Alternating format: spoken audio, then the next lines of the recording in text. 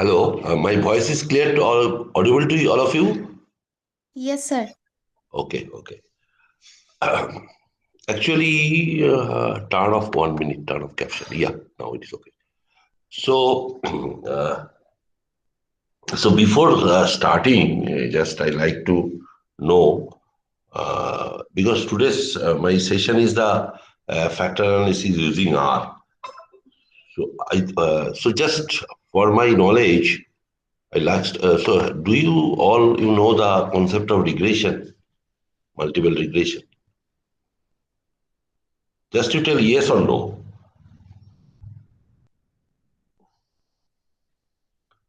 Hello. Yes, sir. Yeah, thank you. All it is covered in this workshop. Yes, sir. Yesterday we covered this topic.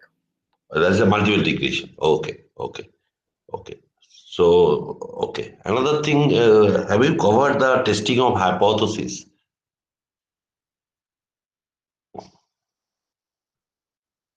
Yes or no? Yes, hypothesis testing was also covered in one of the sessions. Okay. So one thing I am telling. So today, Professor Dayashankar, this is how much time I will get for the class today? Sir, up to 1 p.m. Up This to is your 1 p.m. time. So one thing I can do in the first In session, I'll between, give you the can total take the break theoretical. also. I understand. In the first step, I will give before break. I will give the theoretical concept of the multivariate analysis, including factor. Okay, theoretical concept. Otherwise, no need of use of the R and other softwares. Okay. First of all, you have to know the concept of theoretical concept. What is the meaning of factor analysis, and and what is the application in the real life. So that part I will try to cover in the first step. And after this, I will go for the software using. And since, to understand R clearly, then you have to know the concept of the statistics. Okay.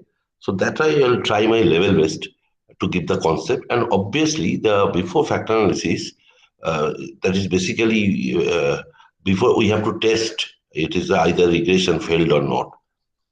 Another thing is that in our data science, we have to deal with the two types of data. One is the basically in the data science, social science respected. One is the supervised learning, another is the unsupervised data. Okay, and factor analysis is the example of the unsupervised data.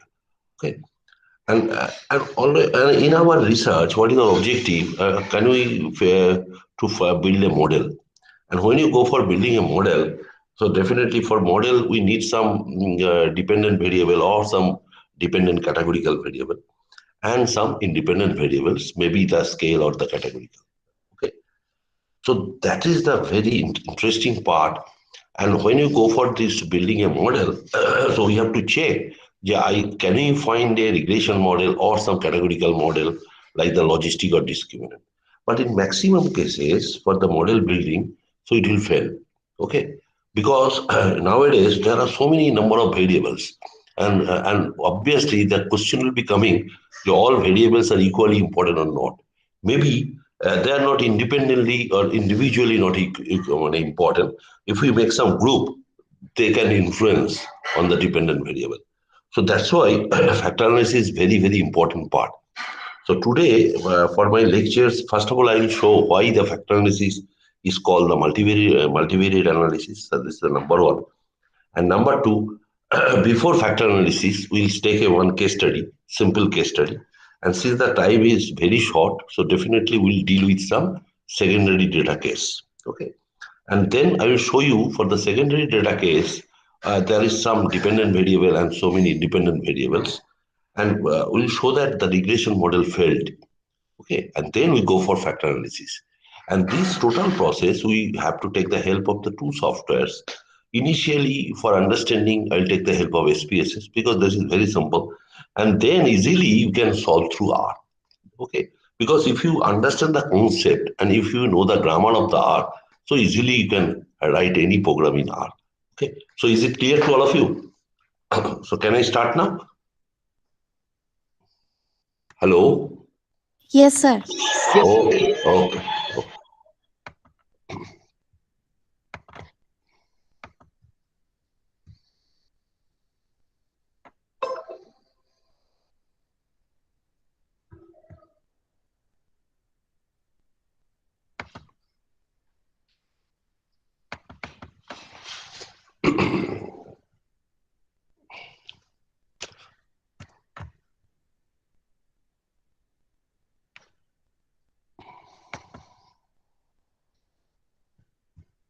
Is it visible to all of you? Hello? Yes, sir. Visible. Okay, thank you. So before starting, I'll give the concept of scaling and supervised data and unsupervised data analysis. So definitely in the briefly. So this is the concept of univariate techniques. So univariate divided into two parts. One is the non-parametric and another is the parametric. And under non-parametric, we apply this type of the statistics. I'm not going in detail this part. And these are the parametric statistics, univariate. Okay, TZ. And this is the naturally two or more samples. Okay. And these are basically univariate techniques, but my today's lecture on the multivariate techniques. Okay. So what is multivariate? So naturally, there are some dependence techniques and there are some interdependence techniques. And what are the dependent techniques? There is the multiple logistic regression, discriminant analysis, multiple regression, ANOVA, conjoint. These are under the dependence techniques. And what are the interdependence techniques? So this is the focus on variable, that is the factor analysis. When you go for the variables and when you go for objects, that is the cluster analysis, multi-dimensional, and another thing, correspondence analysis. Not written here. Okay. And this is a very, very interesting part, multivariate. But today we'll give the concept only on factor analysis. Now, question is, what is, and this is the very interesting part. So we know in our data science, there are three types of measures. One is the nominal, ordinal, and interval. So that is the dependent variable, and there is some independent variable. So if the dependent variable is the nominal and independent variable is the nominal, we apply the cross term. So this part, I'm not going in detail. Okay. But in our case, there is no dependent variable because factor analysis is basically the unsupervised data. Okay. Unsupervised data. So first of all, I will take one case where we get the supervised data and then the multiple regression failed for building a model. Then we'll focus on, factor analysis. And after solving the factor analysis, try to build a model. Because if we get a model, then easily we can predict for the future. So this is our main objective. Okay. Now, this is the scales of measurement that I'm not going in detail. There are four types of scale: nominal, ordinal, interval, and ratio. And these are the different examples. Okay, that part, that's why I'm not discussing. Now come to the part, what is multivariate analysis? A few words about multivariate analysis. There is the analysis of data gathered by experimentation or observation. This is very, very important part because we can gather the data either from the primary source or from the secondary source. Okay. So naturally, that is basically called observations. And maybe we can gather the data from any kind of experimentation, which is basically used in, the civil, chemical, so where it is related with the engineering, experimental engineering. Okay? But in our social science research, mainly we will focus on observations, basically based on primary as well as the secondary. Okay. So what is our objective? The different iterative process can be applied for adding or deleting the variables from the study. This is very, very important part. So suppose when we start our analysis, we take some variables and we try to build a model. But after building a model, we check that the error is not minimized. So obviously, maybe from your domain knowledge, there are some hidden variable attached. Okay. So we need to add that hidden variable from your domain knowledge. And for that reason, there is some iterative process. Okay. And maybe some variables are not important. So we have to discard that variable. So that's why we have to apply some iterative process. So that's why this is term is called different iterative process can be applied for adding or deleting the variables from the study. Okay. And to elicit information from these kinds of data sets using different statistical method. And that's why we need the different statistical method like regression, cluster, and so on, factor analysis. Okay. And methodology used for simultaneous measurements on the data includes many variables called the multivariate analysis. So this is the main definition of multivariate analysis. Okay. Next, what is the objective of multivariate analysis? The first objective is the data reduction or structural simplification. Second objective is the sorting and grouping. Third is the investigation of the dependence among variables. Fourth part is the prediction. And fifth part is the hypothesis construction and testing. These are the 5 parts are very, very important. So I'm discussing, I'm trying to give the concept. Say,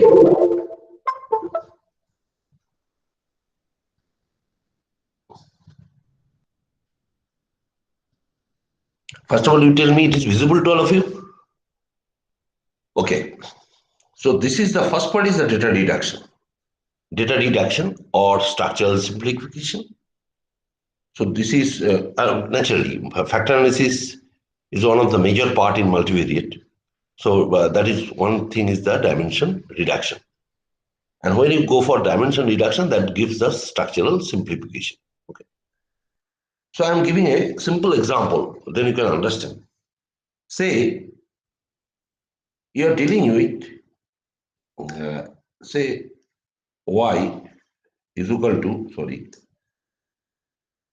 y is equal to, say a plus b into x1 plus c into x2. That you know, basically a multiple regression, simple multiple regression.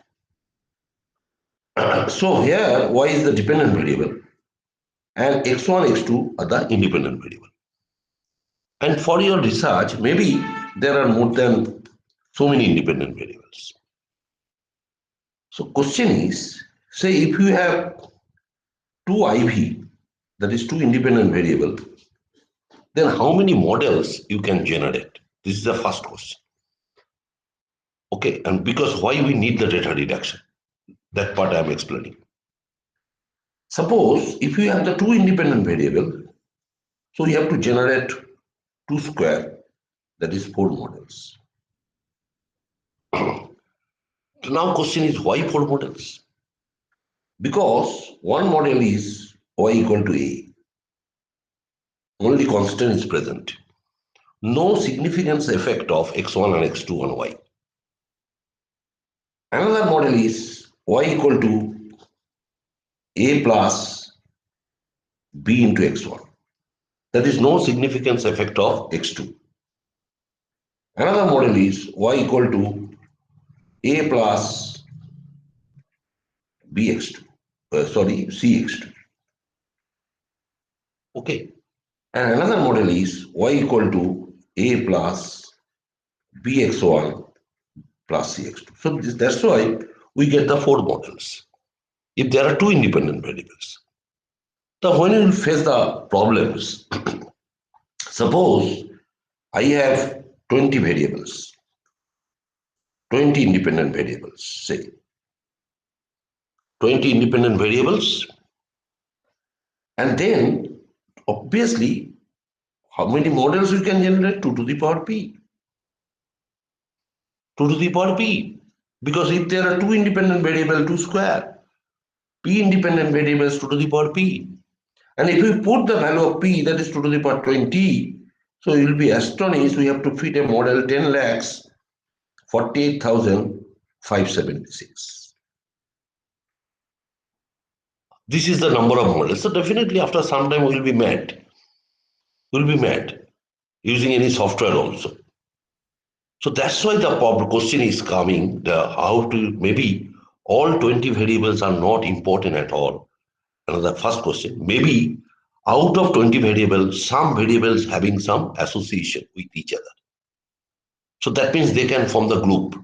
And that's why the second part is very important, grouping. And we need some structure. And naturally, with the 20 variables, that is simply structure is very, very complicated. So we need some structural simplification. And we have to reduce some variables or we can make some group. So that is the main part of the data reduction or structural simplification. Now then comes the sorting and grouping. So already this is a very, very important part of the multivariate analysis. Why we need the grouping? Because if we can form the group, so they are within the group, the members are the associated with each other. So they're having some homogeneous nature. So that's why we need some grouping. Okay. And sorting is that if we go for sorting, so easily we can find in the increasing order or the decreasing order what is their strength. And that's why it is very, very important, the sorting and grouping. Okay. So next part is the investigation of the dependence among variables. Obviously, suppose I have 20 variables. And out of 20 variables, maybe 5 variables having the highly associated with each other. Other 6 variables highly associated. So naturally, there is some dependence among the variables. So that's we have to investigate. And using factor analysis, we can investigate that part, dependence among the variables. And this is the prediction, because we know that the prediction is needed for fitting a model. Okay. So when you go for building a model, so we need some prediction. So what is the difference between prediction and the exploratory part?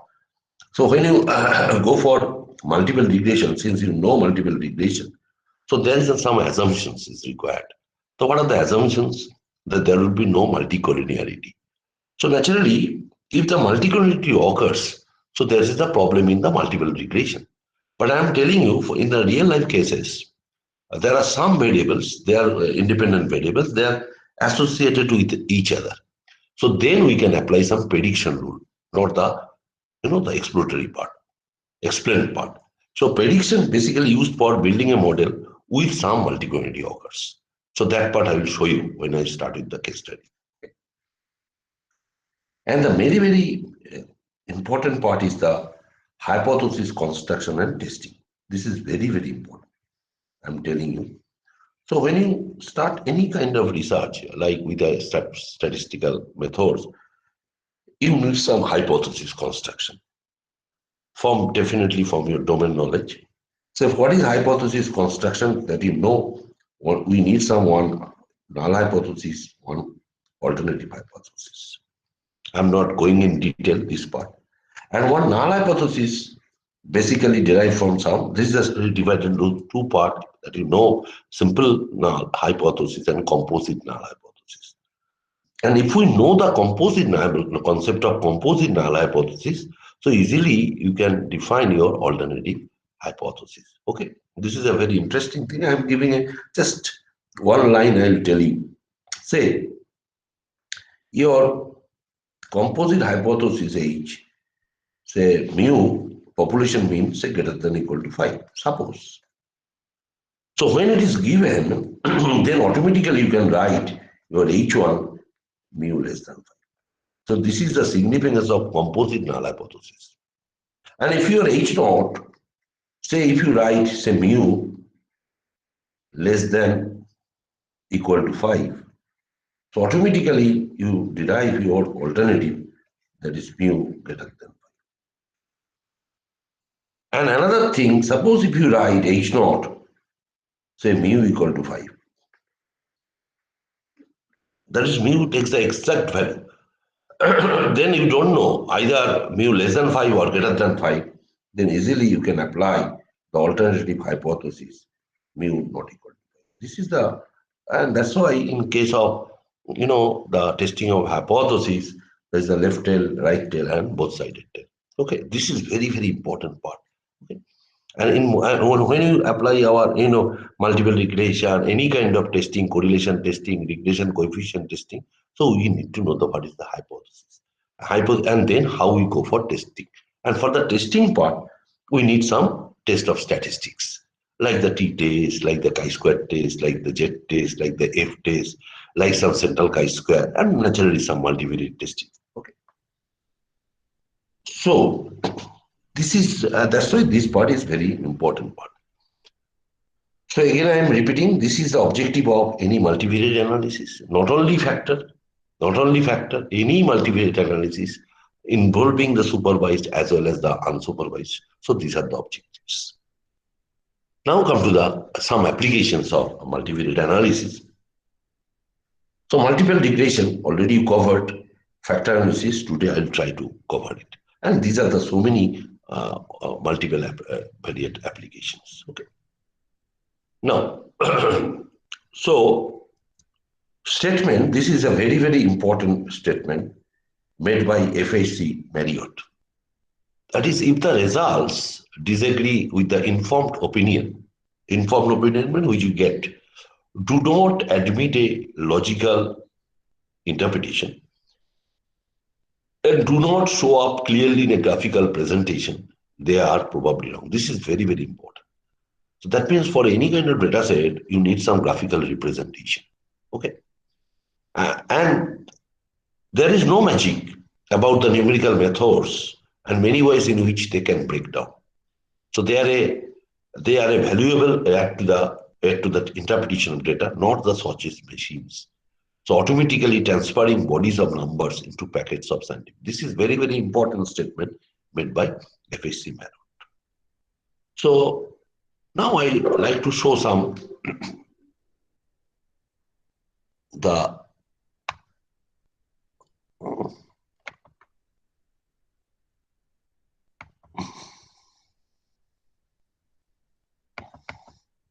so then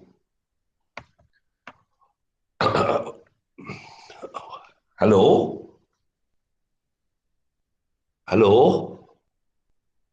Yes, sir. So is there any question up to this? Because now I'll go in detail part. No, sir. Okay. So this is try to. So today I'll take the class on multivariate factor analysis. This is the one part of the statistics. So statistics that there are four terms are very important. One is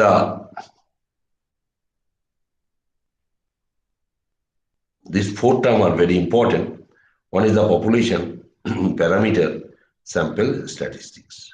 These are four terms, very important. And because I'm telling you, say the mean, and mean means there is a mu. Mu is the population mean. And x bar is the sample mean, that you know. And mu is called the population parameter. Why parameter? Parameter is the characteristics of the population. And x bar is the sample statistics. Why sample statistics? Because it's the characteristic of the sample. Okay. So what is the objective in statistics? Because basically in maximum cases, not only maximum cases, in all cases, it's not possible to estimate the population parameter. So you have to take the help of estimation. And our objective is to how we estimate this population parameter with the help of sample statistics. So one is the x bar is the sample statistics. Using x bar, we can estimate population mean. Using S square, we'll try to estimate population variance. Using R, that is the correlation, we can try to estimate population correlation. Using small b, we try to estimate capital beta, that is the regression coefficient. So these are nothing but the population parameter estimation. So briefly, we can say that it is the objective of statistics is estimation of population parameter with the help of sample statistics. Briefly. Now I am coming to the next part. And today our discussion on multivariate. So multivariate is the sequential steps. What is the meaning of sequential step? So before going to the multivariate analysis, you have to know what is the univariate analysis. Then you have to know what is the bivariate analysis. And then we go for the multivariate analysis. So sequentially we can go. So, and for the univariate analysis, say, suppose X is a variable and Y is a variable. So definitely, X can take the different values like x1, x2, x1, x2 dot dot xn. Okay, xn. And similarly, Y takes the different values y1 to yn. So these are the call observations. Now, when you go for different, example, X is a univariate, Y also univariate, and if we try to attach any association between X and Y, then you can say bivariate.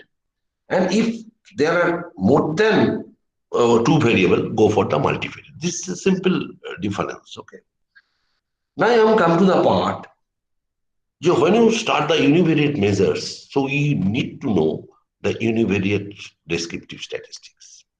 So what is the meaning of descriptive statistics? We have to know what is the mean of X, what is the meaning of standard deviation. We have to need the skewness, kurtosis. These are all the univariate measures for each variable. That is very, very important part. This is the number one. Number two is that we need some graphical presentation for the X and Y bivariate representation. How I am telling you what is the meaning of this? Say Y is dependent variable and X1, X2. I am coming to the multivariate case. Say Xn. These are the independent variable. So the first step, you have to graphically represent Y with X1, Y with X2, Y with Xn.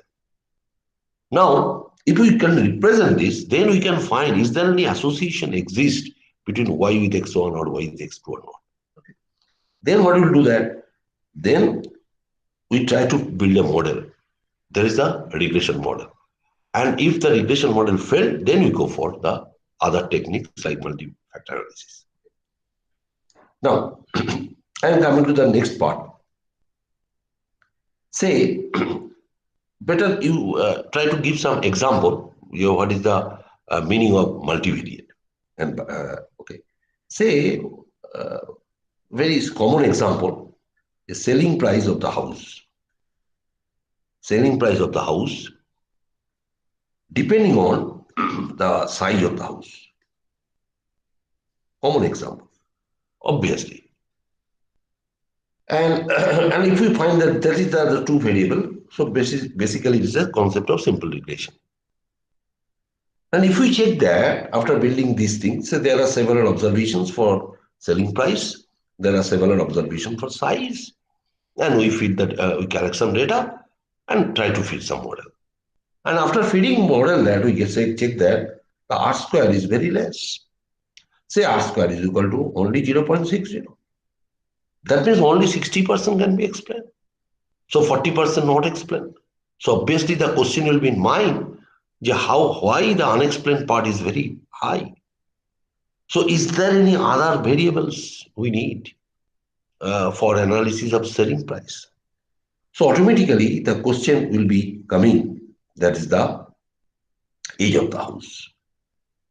Age of the house.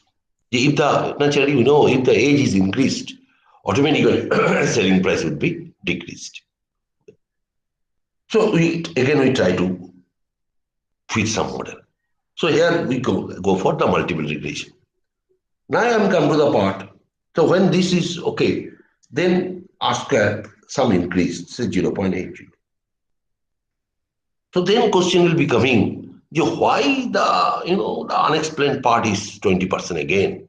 What is the objective? To R square tends to 1. Okay. So then what we will do that? We try to search for the other variables. So after searching, we check that the location is very important of the house. So if we go for the location, so automatically the R square value will change. So that's why these are very, very important aspect of multiple regression. And in multiple regression, that is another aspect is very important. That's the mediation and moderation. So that part today is not possible to cover. Okay. So now I'm coming to the next part that And for knowing the concept of factor analysis and any multivariate analysis, we need to know the concept of correlation. Correlation. Need to know. Correlation. And this correlation is coming from covariance. So I'm telling you, if you have to understand this covariance and correlation in detail, because after I know after factor analysis, so at the end of the class, so you will ask a question. I know, yes sir, how we validate our factor analysis is correct or not. So obviously the answer is the conformity factor analysis. Okay, but today lecture is not possible. Huh? So, but when you go for this type of conformity validation, so you need to know what is the actual meaning of the covariance. Okay, because if you know the covariance, so automatically you know the correlation, because correlation is nothing but a dimensionless measure. Okay, so I'm coming to that part. So next part is that, say, and for knowing the correlation and covariance, we need to know the concept of combination. So that part I know you know this thing. I'll not discuss. Because total covariance and correlation basically based on the combination concept. Okay, so I'm trying to give the some concept, and this is about the covariance. I'm not going in detail because time is a very short. So this is basically a covariance matrix. It's basically a covariance matrix. Just to check, say there are four variables. There are four variables, and these are the four variables. And x1, that is called the V11, that is the variance of x1. x1, x2, this is the covariance between x1, x2. And this is the covariance between x1, x3. So that means diagonals are the variances and off diagonals are the covariances. I think you understand. And this correlation matrix is derived from the covariance matrix. Okay. Naturally, in the correlation, this is the diagonals are all 1, and x1, x2, this is called R12. Okay. So, and we know this is very, very important part. We know that R12 is nothing but C12. That is the covariance by S1 and S2. This is the definition of R12. So R12 is nothing but the covariance divided by standard deviation of x1 and standard deviation of x2. So what is the advantage of R12? Or better to say correlation, the advantage is it is the unit free measure. That is the dimensionless. Okay, unit free measure. And not only that, this any correlations maximum range lies between -1 to +1, that you know. But another thing, but the covariance takes the value from -infinity to +infinity. So it takes the big range. But again, I am telling you, correlation is derived from covariance. Okay, and for correlation, you need the standard deviations. But covariance, only we need the means. So there are, just to try to understand, in the descriptive measures, you studied the mean and standard deviation. So if you know the mean, easily you can derive the covariance part. Okay, and if you know the standard deviation, so easily you can get the correlation part. So correlation is the bivariate case, and covariance basically derived from some univariate measures. Okay, I'm not going in detail this part. Next part is that after this, this is basically, I'm not discussing this part. Is the regression part. This is very, very important. And always I'm telling you, when you start any kind of analysis, like any kind of cluster, factors, MDS, so you ask three questions in your mind. That is, what is this, why this, and how this. So that's definitely when you go for factor analysis, we have to define what is factor analysis. Then I have to define why factor analysis. Then I will show how, and for how part I will apply the softwares. Okay. So, so before, again, I'm telling you, before starting factor analysis, already covered multiple regression.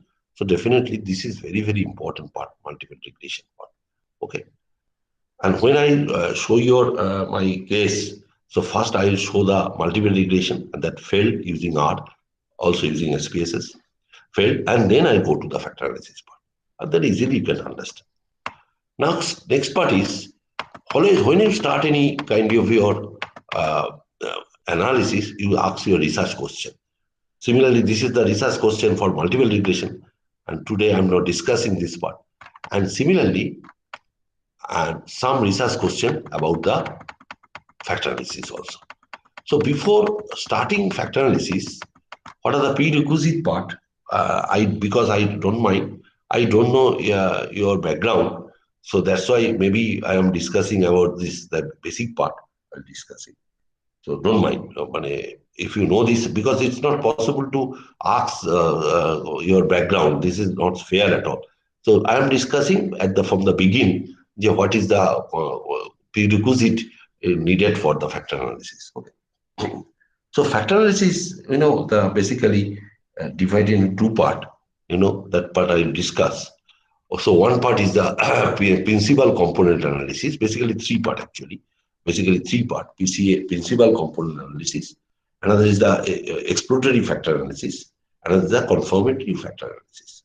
But today's class, I'll try to cover the PCA part, that's the principal component analysis, and the exploratory factor analysis.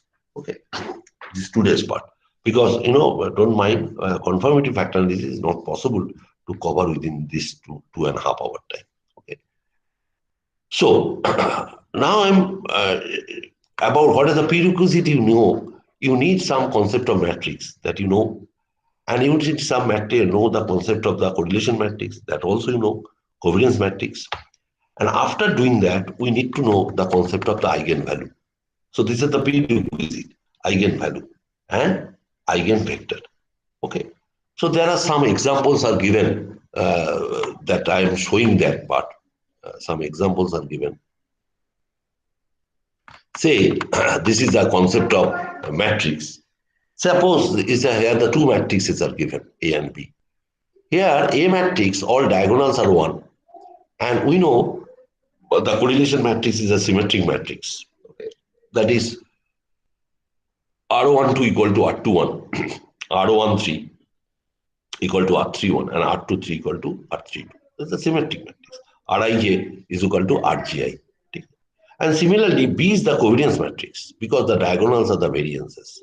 This is the difference between correlation and covariance matrix.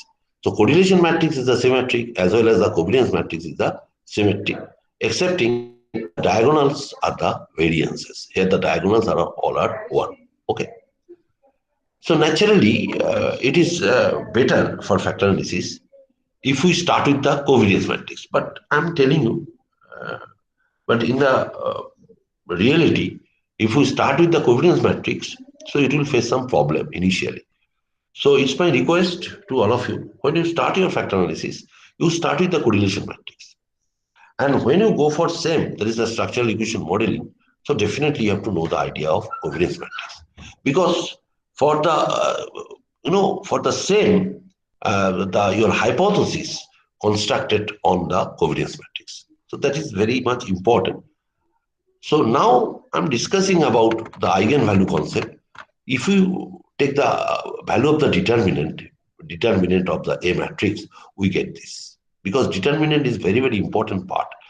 And similarly, determinant of B is this. So this is the determinant of, the correlation matrix. And this is the, the determinant of the covariance matrix. And if you check, here it is a 3 by 3 matrix. So we get the 3 eigenvalues.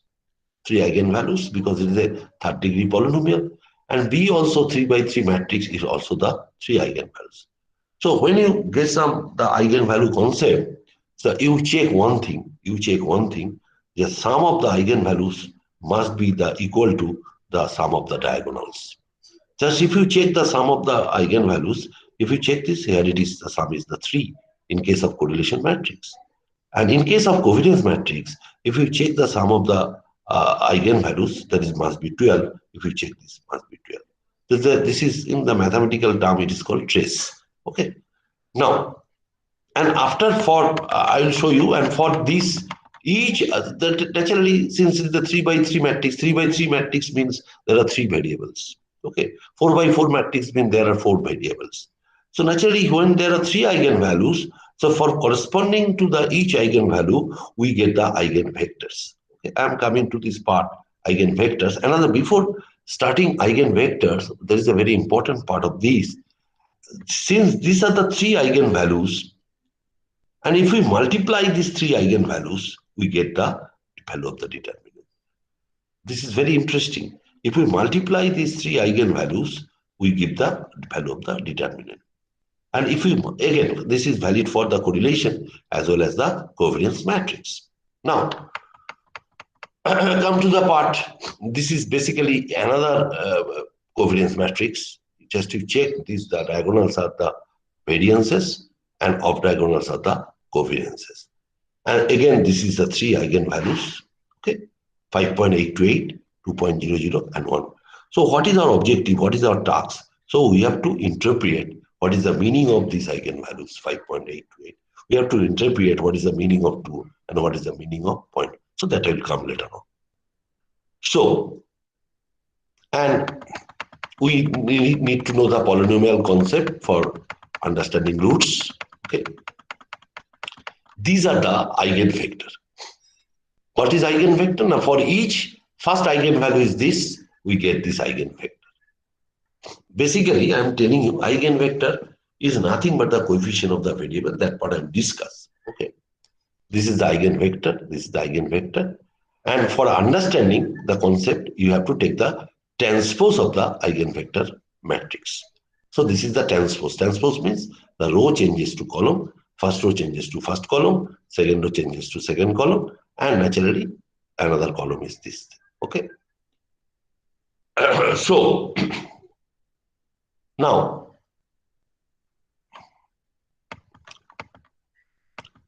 so now we start the concept of what is the philosophy of factor analysis. First of all, up to this, you tell me any question. Hello? Hello? Hello, my voice is audible to all of you? Yes, sir. Up to question, up to this? Because now we'll go in detailing about factor analysis. So I hope you understand this concept because this is a very, very basic concept of determinant, eigenvalue, eigenvectors. Okay. Okay, sir. Okay, thank you. It is great to see second time join your workshop once again. Okay. What is your name? My name is Pralay Kundu. I attend your workshop in SKBU. Okay. SKBU, that is the Purulia. Purulia, yes, sir. Okay, thank you very much. Thank you. It is great for me. Great pleasure for me. Thank you. Welcome, Okay. sir. Okay. Now, okay. So better I'm giving the concept of factor analysis. So just first of all, I'm giving in a simple example. I hope with this example, you take the concept of will be cleared. Say, in our real life situation, when we were in the class 10 level, so maybe we have to study in the different years. There's basically these 7 subjects. These are the common subjects. One is the physics, chemistry, mathematics, history, geography. Mathematics, physics, chemistry, history, geography, Bengal. These are the 7 subjects.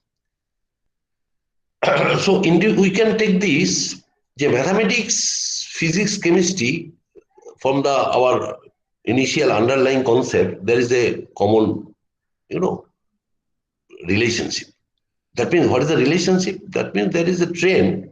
A student is good in mathematics, there is a trend, I'm telling you, good in physics, chemistry. Okay, this is a trend. So we can say that means physics, chemistry, mathematics can form a group because these 3 subjects are highly associated with each other. This is the number 1. Number 2 is another subject, like history and geography. So that is basically some social science group, and they are highly associated with each other.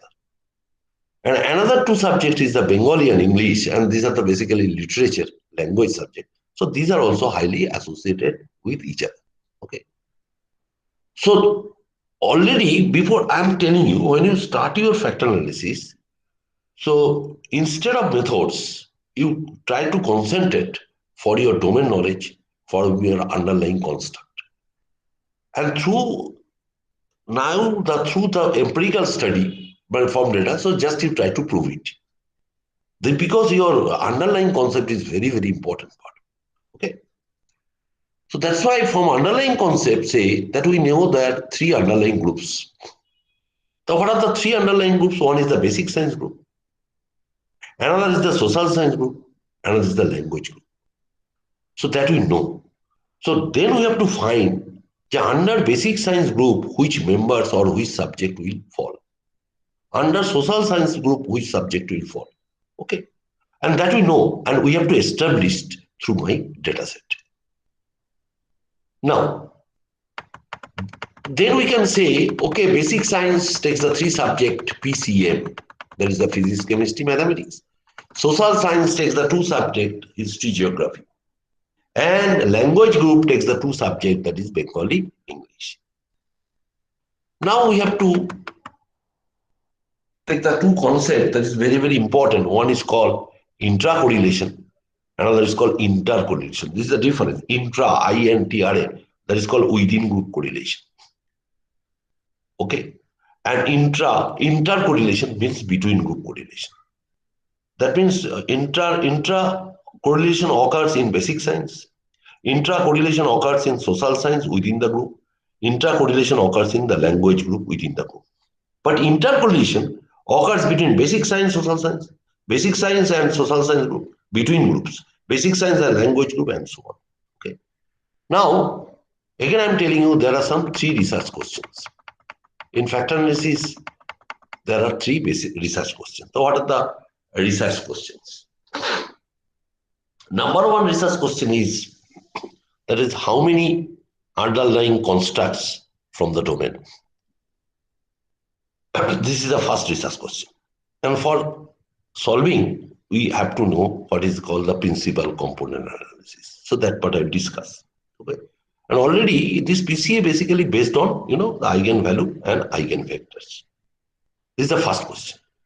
How many underlying constants? There is a 3 or 4 or 5 or 2. That means how many groups can be formed? This is the first question. Second question is members of the constant.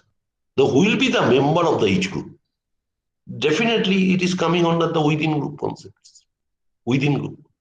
Who are the member of the basic science? Who are the member of the social science? Who are the member of the language group? So that is part of it. And that is in the mathematical term, it is called the orthogonal transformation. And if we know 1, that means PCA. And if we complete 2, that including 1 plus 2 is called the exploratory factor analysis. Now we come into the last part, which is not possible for me to show it using software. The last part is the connection of the one group members with the members of the other group. This is very, very important. One group members with the members of the other group. And that is called the oblique transformation. So what is oblique transformation? For oblique transformation, we need to know the first part, we need to know the second part, we need to know the third part. So that's why 1 plus 2 plus 3 is called conformity factor analysis. Okay. Now, what are the basic rule and domain rule? Okay. This is very important. What is the basic rule? Basic rule is you have to know the covariance matrix, also the correlation matrix. And if we deal with, the primary data factor analysis. So first of all, before starting this, you have to know reliability checking. Okay, reliability. This is valid for primary data. Second is you have to know what is the correlation matrix. Then you have to know what is the eigenvalue and what is the eigenvector. This is basic concept. And for the secondary data, all are same. No need to check the reliability. Okay. Now coming to the part. This part is very important. I'm telling you. Say, so better I'm taking some concept of, okay, 1 minute.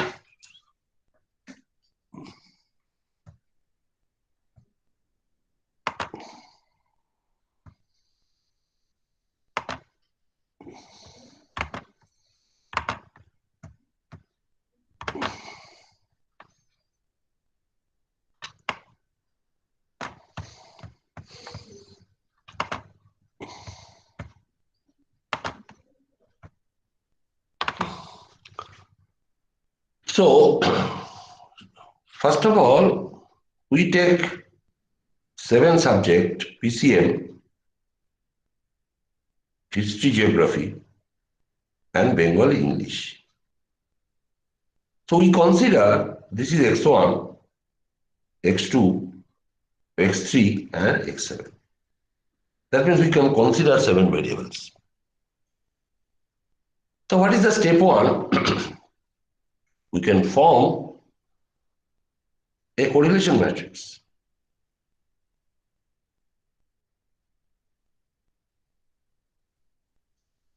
Correlation matrix. Definitely diagonals are 1, and this is the correlation R1, 2, and so on. Okay. This is a 7 by 7 correlation matrix. This is the first step. Or covariance matrix, but today in our today's session, I will deal with only the correlation matrix. So, first question is, how many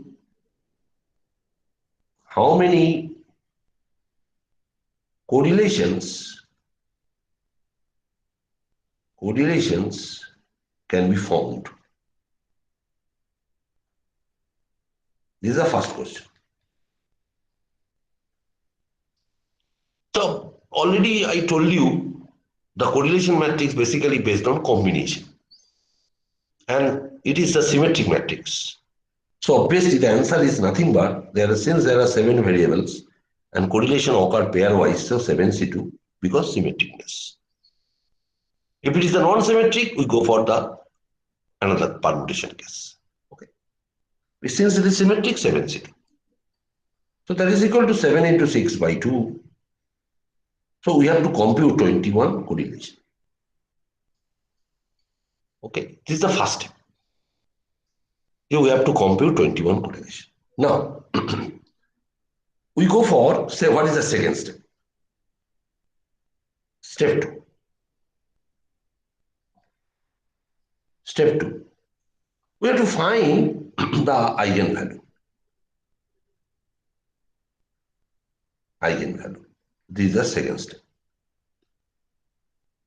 That means, since it is a 7 by 7 matrix, we get a 7-degree polynomial, okay? And we get the 7 eigenvalues. 7 eigenvalues are represented by lambda 1, lambda 2, and lambda 7. These are 7 eigenvalues. And say the first eigenvalue, suppose, is say 3 point something, 5. Second eigenvalue, say 1.5, suppose. Sorry, 1.2. 3.5, 1.2. And third eigenvalue, say 1, 1.1.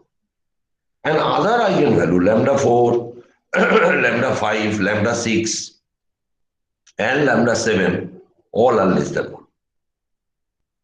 That means out of 7 eigenvalues, we get 3 eigenvalues are more than 1. Okay. 3 eigenvalues, lambda 1 greater than 1, lambda 2 greater than 1, lambda 3 greater than 1. So it gives the concept of how many groups can be formed. So how many groups can be formed, so that picture will be cleared after getting the eigenvalues. What is the simple rule? How many eigenvalues are more than 1? So already we checked that out of 7 eigenvalues, only 3 eigenvalues are more than 1. So automatically 3 groups can be formed. So naturally group 1 and group 2 and group 3 formed. Okay. So then naturally the question will be coming, who are the members of the group 1? who are the members of the group 2 and who are the group members of the group 3. So by some, exploratory factor analysis method, I will discuss later on.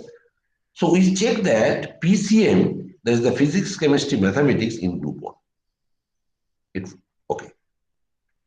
Bengali and better to say history, geography in the group 2. And Bengali English in the group 3. We check that. These are the members, variables. And when these 3 elements in a group try to understand, that means these PCM are highly correlated with each other. When history and geography in a group, obviously they are highly correlated with each other. When Bengali English in a group, they are highly correlated with each other. So automatically the question will be coming, how many correlation can be formed for the each group? So for G1 containing 3 members, so how many correlation can be formed? That is 3C2. That is equal to 3 correlations. For G2, there are 2 members. 2 members. Well, how many correlation can be formed? 2C2. That is only 1 correlation we need. The correlation between Bengali and English. And G3 also, 2 members. 2 members. So how many correlation can be formed? 2C2. That's 1. So total correlation, we have to compute 3 plus 1 plus 1, that is equal to 5. Okay. So naturally, there is a very interesting part. Already we compute 21 correlation. But after dimension reduction, we get the 5 correlation. That is equal to 3 plus 1 plus 1. So mathematics we know is the balance. So we can ask the question, so naturally the question will be asked, sir, where do we get the other 16 correlation? Mathematics is a balance. This 21 must be balanced with 5 other 16 correlation. Now why do we get this other 16 correlation? Okay. So for this we have to know the concept of third part. First part gives the how many groups. Second part, there is the exploratory factor analysis, give the who are the members of the groups.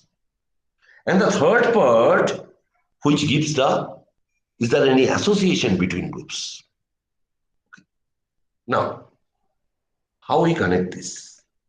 Say, this is group 1, this is group 2, and this is group 3. So there are 3 members, say PCM. This is a history geography. This is a Bengali English. So automatically a question in mind, a student good in physics, good in history also. There is a high association with the physics and history. A student good in physics, good in Bengali also. Okay. So definitely a student fast in HS and class 10 level stood fast. Each subject got the 100 or 99. Okay, each subject. So that means they are highly associated. Good in mathematics, good in history, good in English, every subject. Okay. So that means how can you conduct it? So physics, relativity age, physics, relativity science, history science. Similarly, this is the relation. So here, in a mathematics, there is a term set theory. So in case of set, there is a term is called cardinal number. Cardinal number means how many members in the set. If we consider G1 is a set, G2 is a set, G3 instead of group set, and in the set PCM, how many elements? 3 elements. So cardinality of G1 equal to 3. That means 3 members in this group. Cardinality of G2, that is the 2 members in the this, and cardinality of G3, that is also 2. So when you go for the between group interaction, so we have to compute cardinality of G1, G2, cardinality of G1, G3, and cardinality of G2, G3. So cardinality of G1, G2, the 3 into 2, that is 6. Cardinality of G1, G3, that is also 6. And cardinality of G2, G3, that is equal to 4. And if we add, we get 16. And that is called the balancing of mathematics, 21, that is equal to 5 plus 16. This 5 occurs for orthogonal transformation, and 16 occurs for all saturated model, because there is all types of association with the each variables. So that is called the oblique transformation. So automatically why it is called dimension reduction? Because in the most of the cases, the 16, our objective is this 16 tends to 0. 16 tends to 0. And if 16 tends to 0, so automatically it converted to 5. So that's why this is the example structural simplification. So instead of 21 correlation, so we can manage with the only 5 correlation. That is our main objective of dimension reduction. Okay. So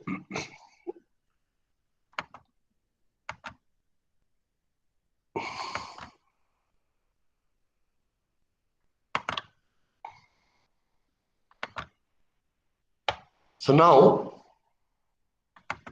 for this is actually this part is explained here. Everything is explained. Okay. Now I am coming to this part. This is very, very important part. First of all, Sir, up to may I ask a question? Definitely. Sir, you told that first thing we have to do for the primary data is the reliability check. And how the reliability will be checked? Oh, okay. That's what I have to show. Actually, time is very short. Otherwise, I can show the reliability checking using SPSS or R also. Okay. Okay, sir. Okay. I'm telling you why we need reliability. Because for the primary data, when you collect the primary data, most part this is basically based on your scale, 5 scale, 7 scale, 9 scale. And definitely primary data you are collecting the first time from the respondents. And this is basically based on perception, psychological perception of the respondent. So some data may be repeated. Maybe they have given the wrong answer. Maybe they have given the answer which is not related to your objective. So that you have to check it. So that's why for the primary data, you have to go for reliability and validation. Okay, validation part. And if after reliability, if you can check your collection of data is correct or not. Okay. And if you check, okay, my data collection is good enough, so then you can go for the model building, other statistical methods according to your domain. Okay.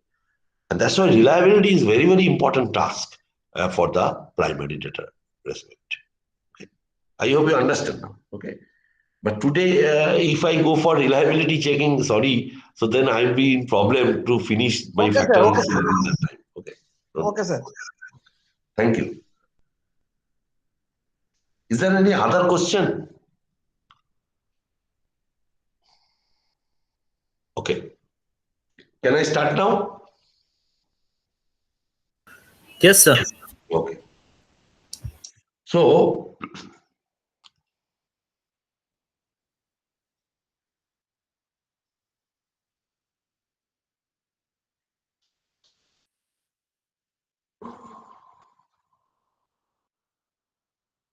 these part are very, very important. I'm telling you.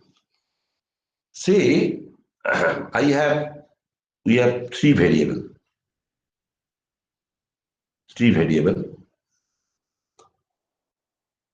and each variable having say 100 observation. 100 observation. X1 having 100, X2 having 100, X3 having 100. Okay. So that means it is a 100 by 3 matrix. 100 by 3 matrix. And from this data set matrix, easily we can find either a correlation matrix or a covariance matrix. Suppose we calculate the covariance matrix. Say this is the covariance matrix. 3 by 3. Okay. Here the variances are 1, 5, 2. Okay. Thus, what is the first step? First step is, since there are 3 variables, initially, 3 variables means initially we have to consider the 3 variables are independent. If we take that, because always we try to build a regression model. Because in case of regression model, there is an assumption that all the independent variables are having no high multicollinearity. That you know. So, first case is, since there are 3 independent variables, we have to write these 3 equations. What are the 3 equations? Now, F1 is a group, F2 is a group, F3 is a group. Why 3 groups? Because 3 variables. Maybe all 3 variables are highly associated with each other. So they can form a single group. So that's why F1 is a linear combination of the 3 variables. F2 also the linear combination of the 3 variables. F3 also linear combination of the 3 variables. So what is the meaning of linear combination? Linear combination is simply the linear equation involving with some coefficient. So x1 is a variable, coefficient is u11. What is the meaning of u11? u11 is the relationship between f1 and x1. 1, 1. F1 means f1. This one means x1. What is u12? Relation between f1 with x2. What is u13? Relation with the f1 with x3. So this is a very, very important part. Okay. Similarly f2, similarly f3. And just to check, in this equation there will be no error part. Question is why? Because we consider all variables with all factors, no question of error. And that is the concept of principal component analysis. And we know this covariance matrix. So now you can ask the question, sir, why you have written the left hand side and also the right hand side, but we don't know, we cannot apply the regression analysis. The answer is, in the regression analysis, your left hand side part, there is a dependent variable is known, y output is known, and all the input variables are also known. And only the coefficients are unknown, A, B, C. Okay, and easily you can estimate with the help of least square estimation. That is the ordinary OLS method. So that is the advantage you are getting in case of, the regression. And that is the advantage also the supervised data. But when you go for the factor analysis part, what is the problem? You don't know the left hand side. Left hand side dependent part is not known. Only know the right hand side members. So with any mathematics, with any ordinary least square method, it's not possible to calculate F1 to calculate the coefficients. So that's why we have to take some help of some method of grouping method of mathematics that is called principal component analysis. What is the meaning of principal? Principal means the diagonal part. Principal component. Component means how we can analyze the principal with respect to each component. Okay.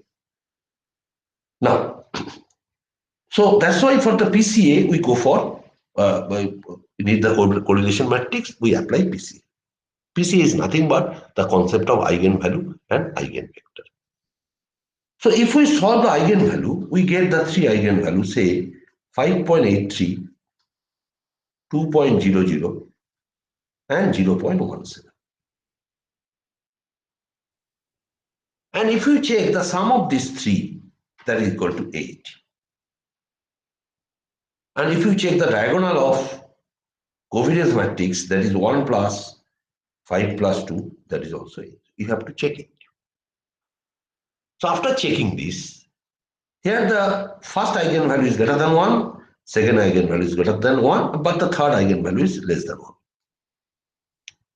Oh, that means we can decompose the three variables into the two groups. The three variables can be decomposed into the two groups. So that we can do that. So that can be solved by the PCA. That means how many underlying constructs can be formed that can be solved by the PCA. That is the principal component analysis. Okay.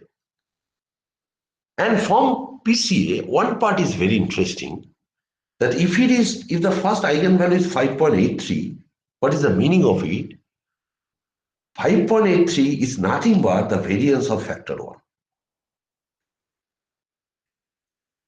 Variance of factor 1. Okay.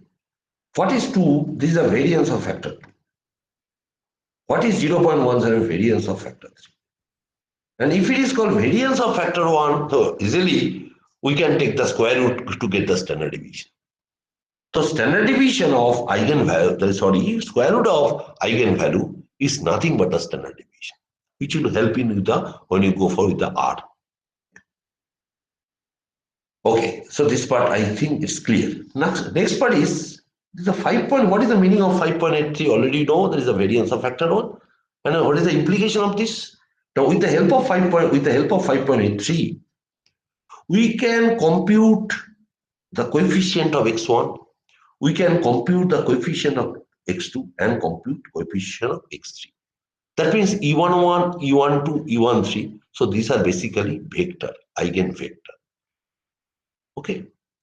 So why eigenvector? Because 5.83 is the eigenvalue, and since it is the 3 by 3, there are three variables. So that is the 3-dimension eigenvector.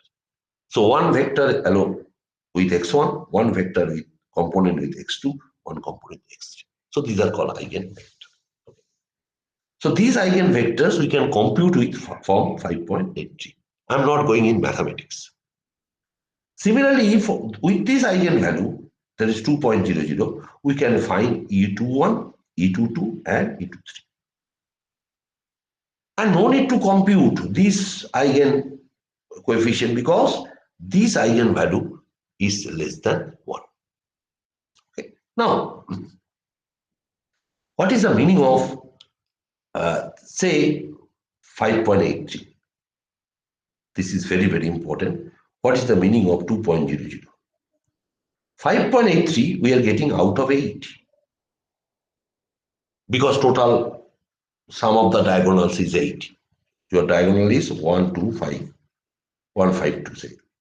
So this is sum is 8. So out of 8 we are getting 5.8, simple arithmetic. So 5.83 divided by 8 we get 73%. Second case is 2 by 8. That is we get 25%. So in total we get 98%. So 98% can be explained by the two factors. And only 2% error. 2% is not explained. Obviously, if we take the third factor, 100% explained. Because what is our objective? To reduce the dimension. So 98% can be explained. Okay. This is the basic concept of PCA. How much we can explain? How many underlying constructs can be formed? Another thing is that, how many, who are the members of the underlying construct. So PCA helps only eigenvalue, eigenvectors, and how much we can explain. That part can be helped by PCA. And then your orthogonal transformation will start. That is who are the members of the construct. Okay. Any question? Are you feeling bored? You tell me clearly.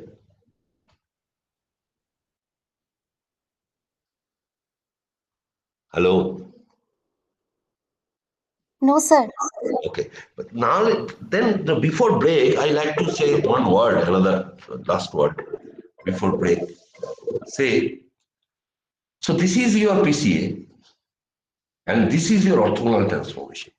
So what is the orthogonal transformation? From PCA, we need two factors. Not only that, in PCA, a factor is the function of variables. Function of variables without error. Without error. This is a PCA.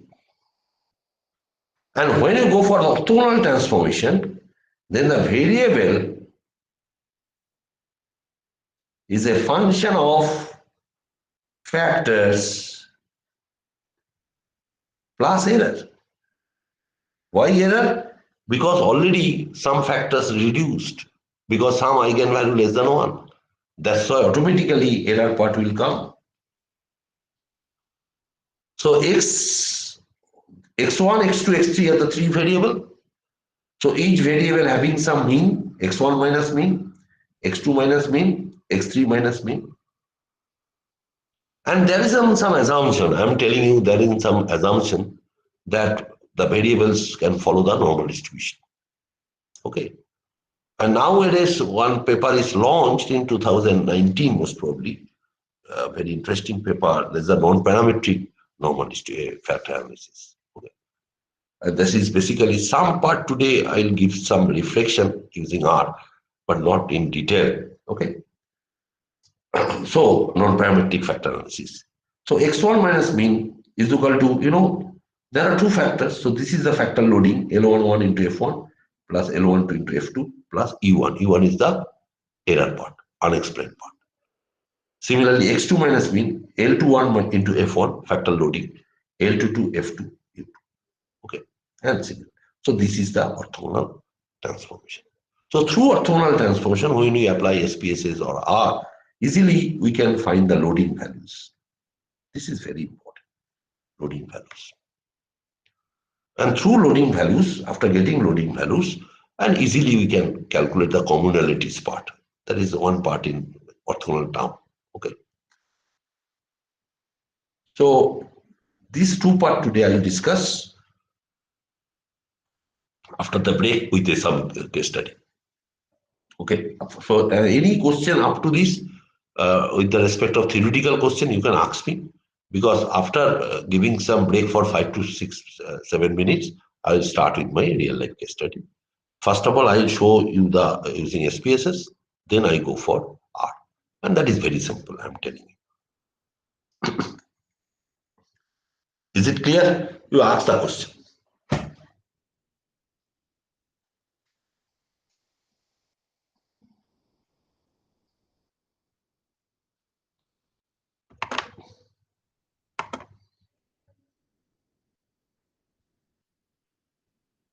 Hello?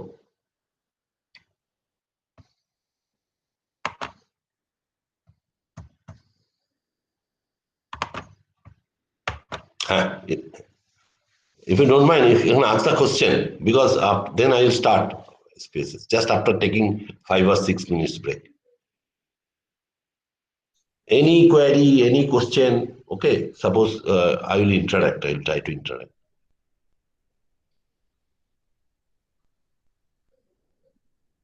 No question? Hello? Yeah, my voice Yes, is not audible. Yeah, if you have any question. Because I think most of the, we are all are doing research, okay? So it's my perception I am sharing to you. For the research purpose, need one thing. First, you need the concept, fundamental of your domain.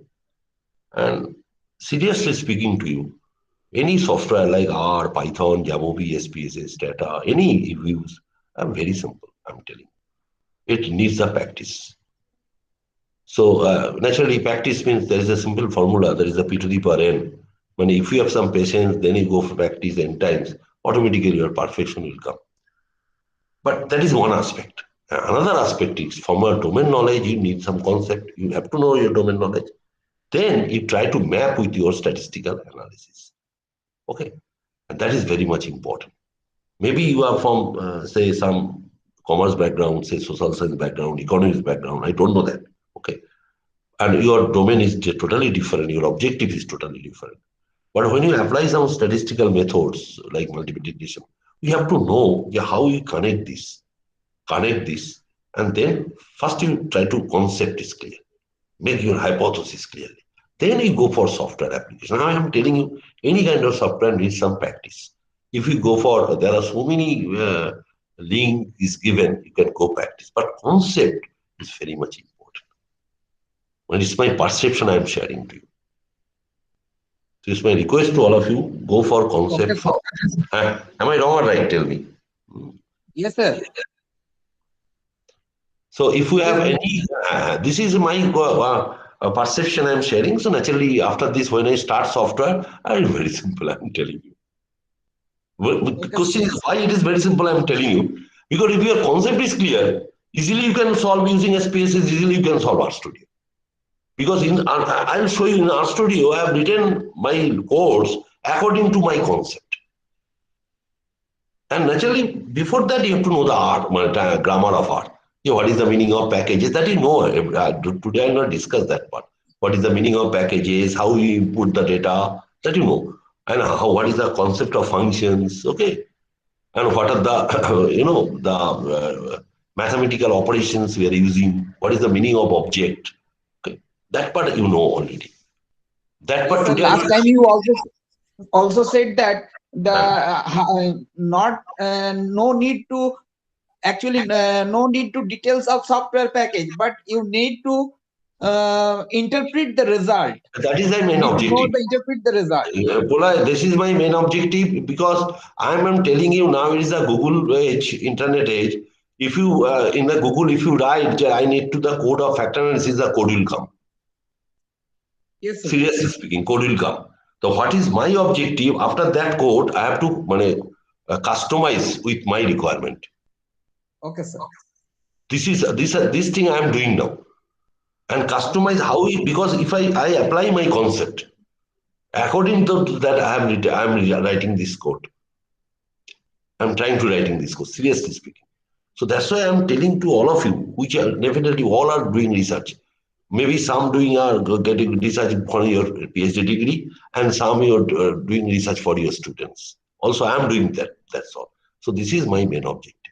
Yeah, how we can, make increase my conception. So this is the main objective. Software use is very simple if you know the concept.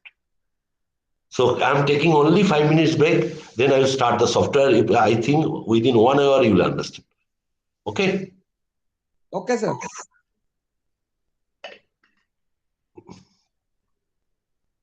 So Doyal Professor Doyal Shankar.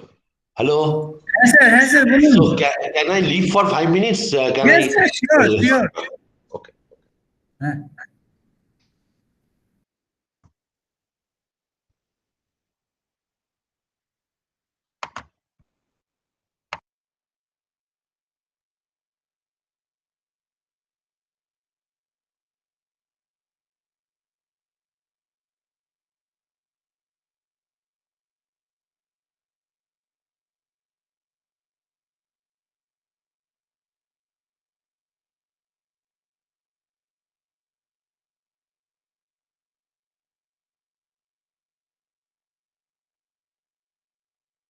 Sir, may I take 5 minute break also?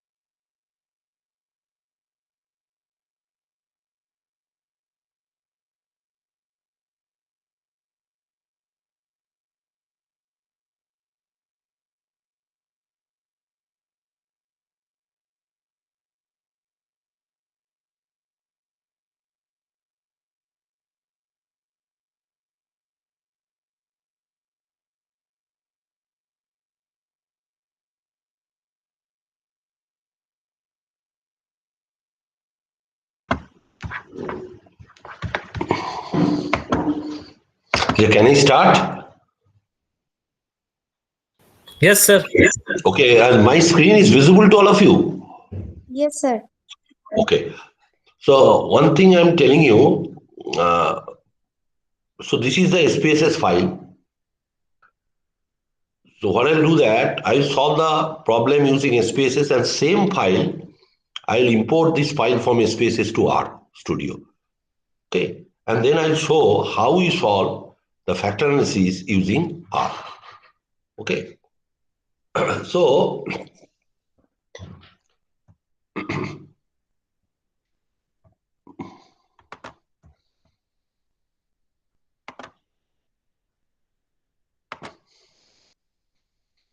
now this is a package. Actually, the file name is BSc underscore sensex. Okay, actually, this is one of the journal paper of my student. Okay, and this paper published in 2013, very old journal paper.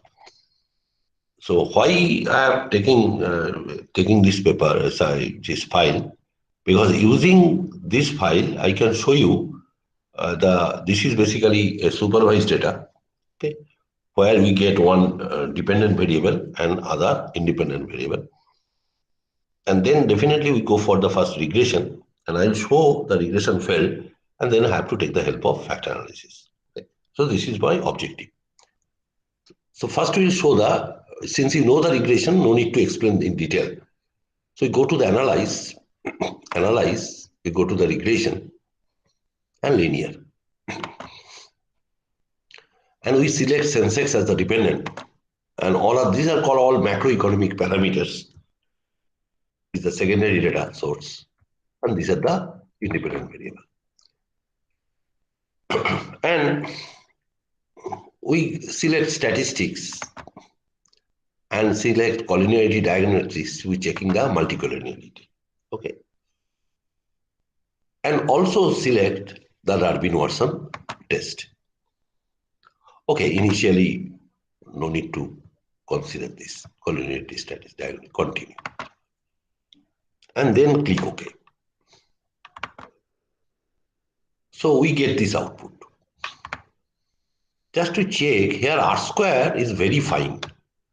79.1% variation of the dependent variable explained by this is the 9 independent variables. Okay, adjusted that you know. Adjusted R square. This is the ANOVA. I no need to discuss. ANOVA also significant. It is very meaningful. That means p-value is less than 0.05. Okay, that means the regression model is valid. But question is, when you go for the coefficient, that all value parameters are not significant. Okay, gold is not significant, FPI is not significant, CMR is not significant. Okay, these are not important. CRR is not important, and so on. Only the dollar is a high association with the sensex dependent variable. Okay. But not only check, already you know the concept of VIF, variance inflation, high multicollinearity occurs. Okay. If you don't mind, if you don't know, if you know the concept of VIF, if you don't mind, this is very important for factor analysis. Please say something. Otherwise, I'll be in problem. Hello. Yes, sir. Okay, you know the concept of VIF. Can you say something about VIF? Hello? Yeah, what is the rule for VIF?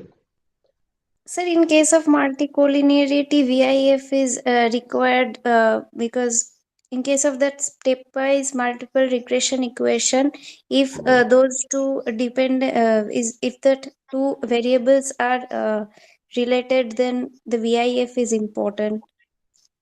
Yeah, that is very fine, very fine. My question is, what are the values and how these values are coming? Sir, don't know. Sir, This is values are motivated. 1.5 to 2.5. No, no, no, no, no, no, no, no. Can I say something? Because this is very important for factor analysis. No. So, okay, this is, okay. I'm giving some concept, otherwise you'll be in problem in factor analysis. Say, just, I'm giving the concept, then you can easily understand. Say, x1, x2, x3, x4 are the 4 variables. Say, x1 is a function of x2, x3, x4. And from this equation, so we can run regression. We can get R1 square.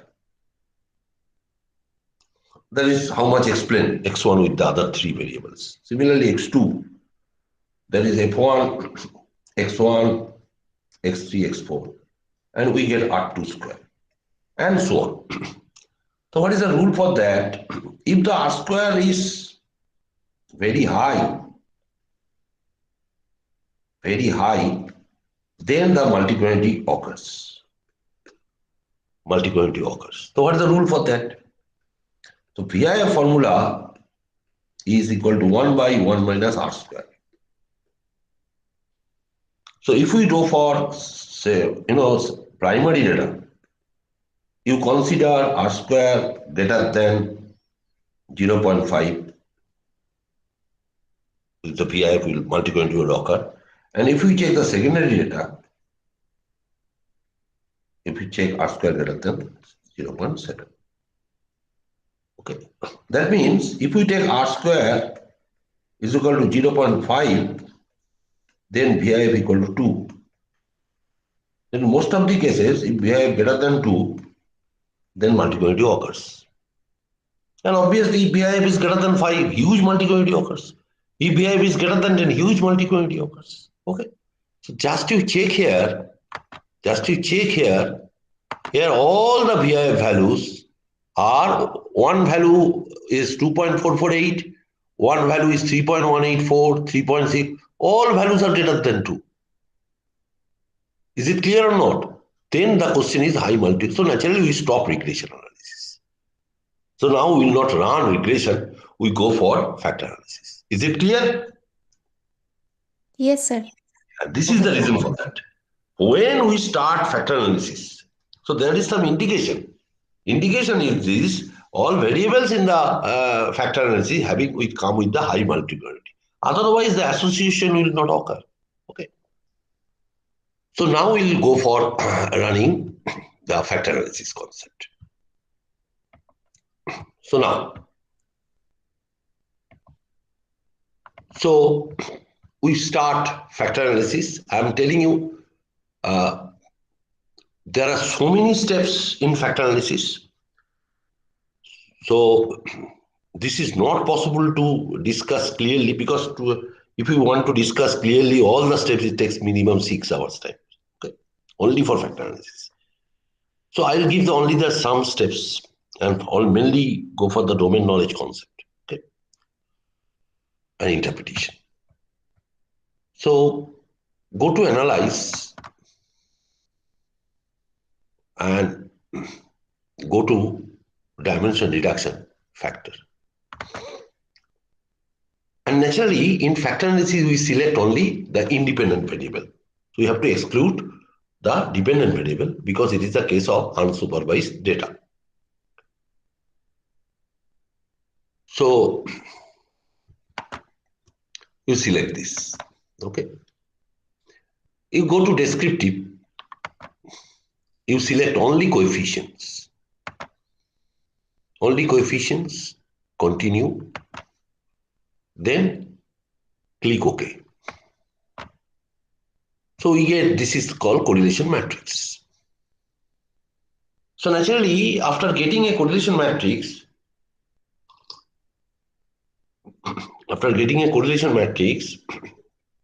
what you'll do that, you just copy it, and go to Excel. Copy in, go to Excel and paste it. So these paste all correlation matrix. And after pasting the correlation matrix, you select this correlation matrix. This is the initial step. And go to conditional formatting. And go to new rule. Select format only cells that contain.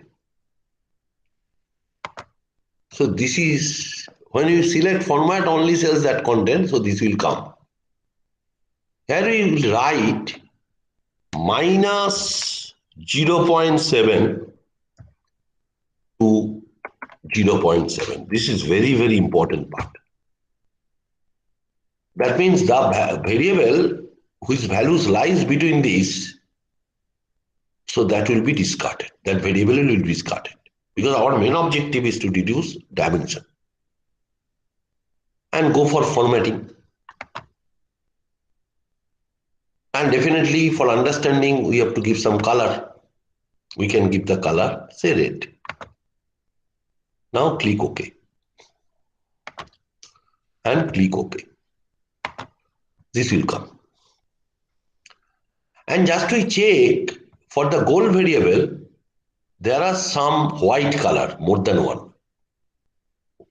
Why and white more than one? Why more than one? One is white, high correlation, self-correlation, 0.760, greater than 0.7, 0.707. So definitely we have to consider this gold is important.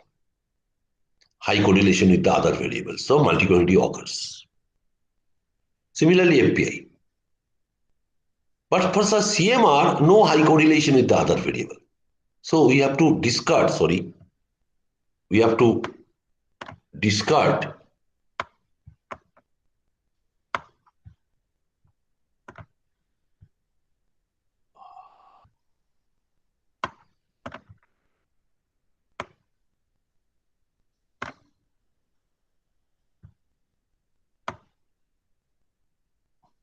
discard this CMR. Because CMR having no high association with the other variable. Similarly, FDI having no high association with the other variable. So these are the macroeconomic parameters. Okay. So what we can do that, initially we consider the 9 macroeconomic parameters, and out of 9 parameters, initially regression failed, then we have to take the help of other multivariate analysis, we go for factor analysis. And why regression failed? Now high multivariate occurs. So we consider the other, before checking, solving the factor analysis, we have to find which variables are not highly associated with the other variable. And that we have to take the help of Excel sheet from the conditional formatting. So what we have done, we just paste the correlation matrix in the Excel sheet. And from Excel sheet, it's clear that CMR and FDI having no high association. So then we go to again SPSS. Okay, that is CMR and FDI. So now we go for factor analysis. So analyze dimension reduction factor. So you have to discard CMR and FDI because these are not important for factor analysis. These are important maybe for regression analysis, but for factor analysis, not important. So we go for what is the step 1? Descriptive. Select coefficient, already determinant, and KMO. So only 3 parts, 3 submenu will select under descriptive. So what are the subparts? First part is the coefficient, it gives the correlation matrix. Determinant, it gives the value of the determinant. And KMO and Bartlett test, so these are used for the validation purpose of the factor analysis. Okay. Because these are not satisfied, the factor analysis is not relevant. So that gives these 3 things. No need to select the other part. Next is the extraction. So we know for extraction, we apply initial the PCA, principal component. So there are other methods, we only apply the principal component, which gives the eigenvalue and eigenvectors concept. And for the graphical presentation, we select the script plot. Okay. Then continue. Third step is the rotation. So already I told you we need some orthogonal rotation. So there are two types of rotation, orthogonal and oblique. So this is Varimax is one of the most important part of the orthogonal rotation. So I have developed my R Studio code using the Varimax rotation. And all this is the Quatrimax, Equimax, these are all the oblique rotation. Direct oblique mean also the orthogonal rotation. But here we applied the Varimax rotation. Okay. That now you need the scores. Question is why we need the scores? Because I told you we start from regression. It is failed. Then we go for factor analysis. Ultimately, we go for move on regression. So it's a loop. So for the looping, we need some regression. So finding some regression model, and since regression model, we need some dependent and independent variable, and this is basically based on scale variable. We need some score. So that's why we need some score as a variable. Okay. And that is a regression. And definitely we need some factor score, otherwise we can't solve the regression factor score. Okay, continue. And lastly, just to satisfy the property of the multivariate techniques, sorted by size, already I told you, sorting is very important. And suppress absolute value, small coefficient. Some coefficient we can suppress, which are naturally value below 0.50. It is thumb rule, actually. You can take any value, 0.60 also, according to your domain. Okay. Continue. And then click OK. So this output will come.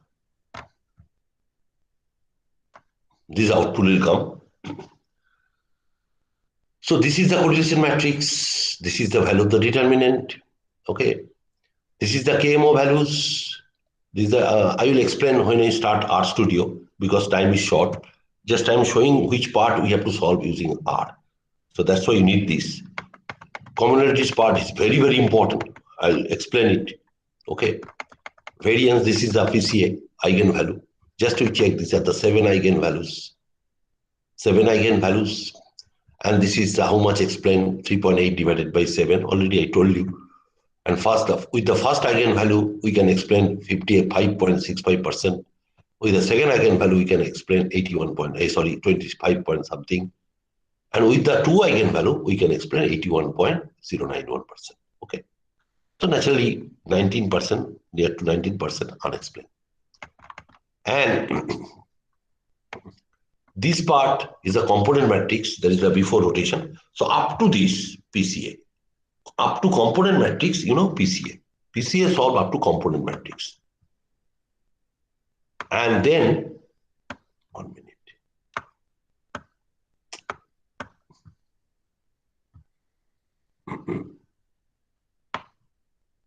Okay.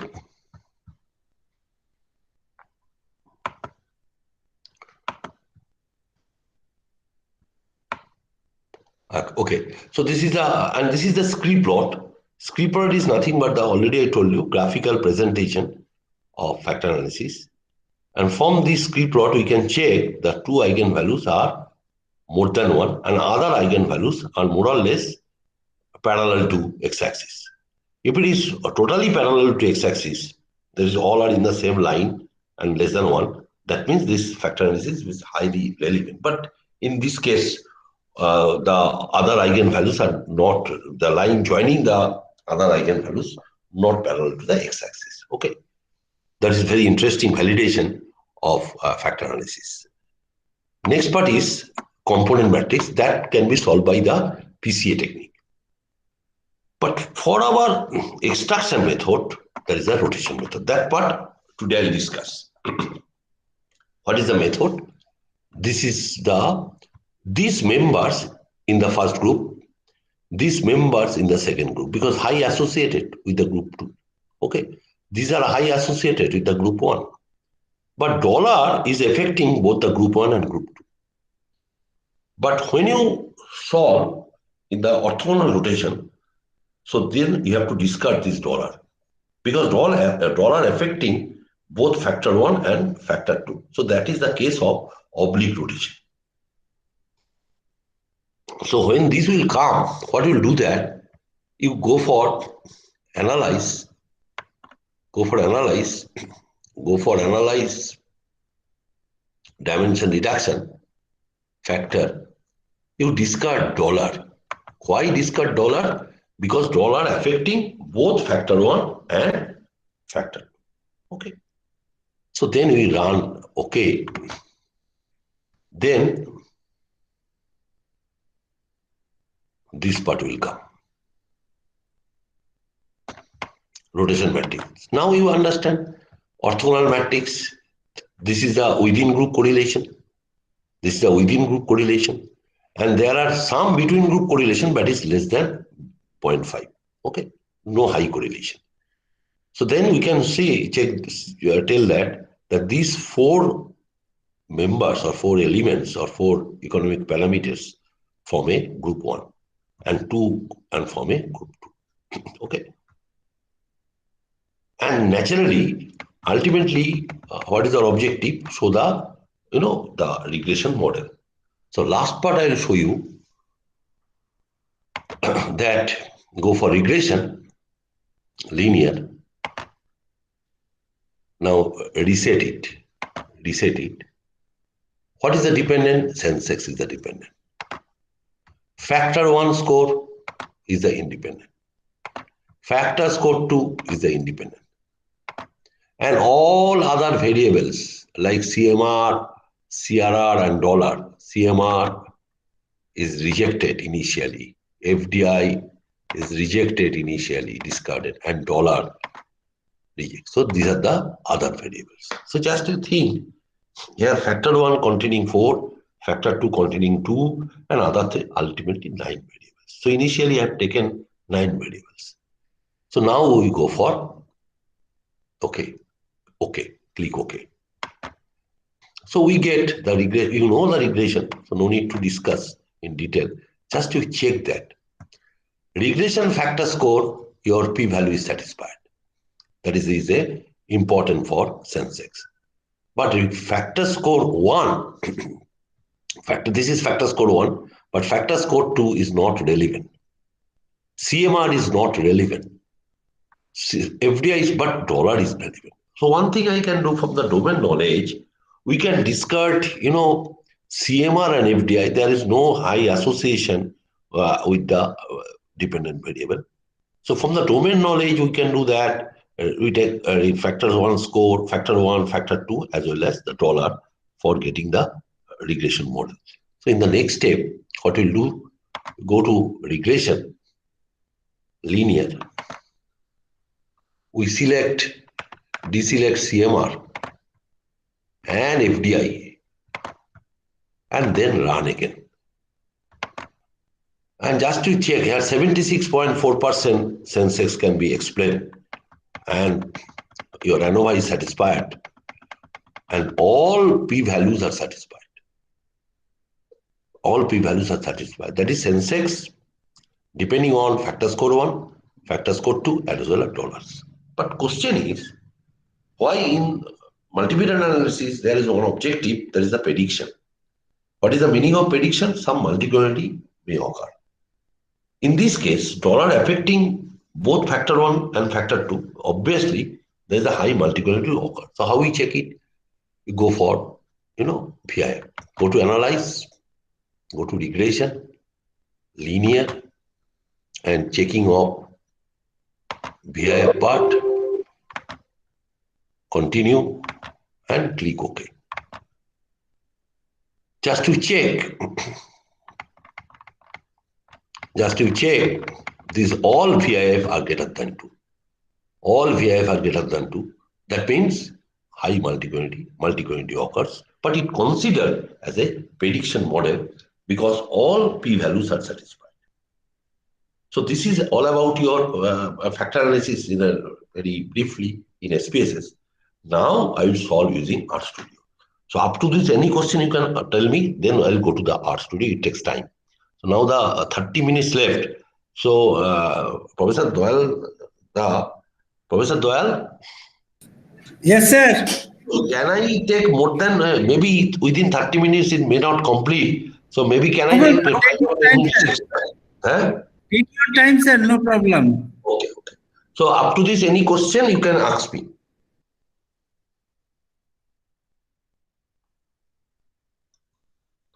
Because you know multiple regression, it is really it is beneficial for you. Then you can understand factor analysis since you already covered multiple regression. Okay. So now I'm going to the RStudio.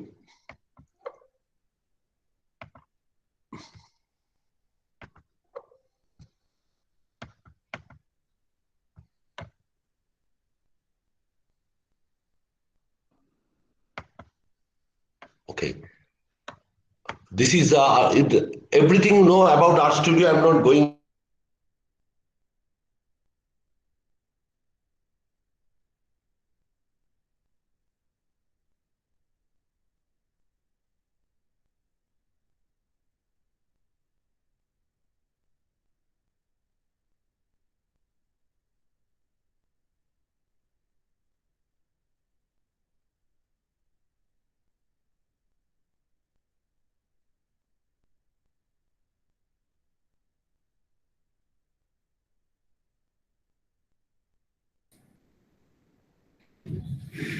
I think that sir has lost his connection.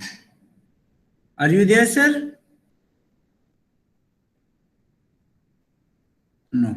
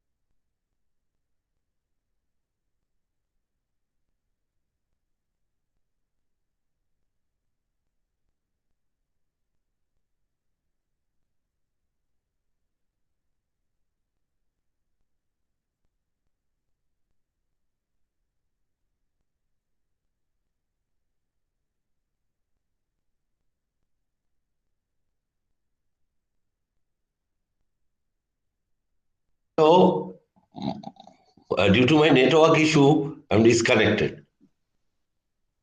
My voice is audible. Yes, Yes, sir. sir. Due to some network issue. Yeah, sorry. Okay, no problem, sir.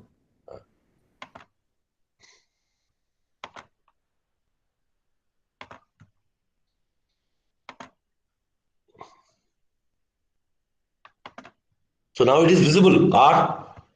Yes, sir. Okay. So I'm telling you, since you know the grammar of R, I'm not discussing that part. Okay, but the time is short. I'm directly going to factor analysis. So for solving factor analysis using R or RStudio, you have to take some help of packages. Okay. So the package name is called PSYCH. Okay. So first of all, I have to install packages. Okay. You know how to install packages. Then we go for the library PSYCH. So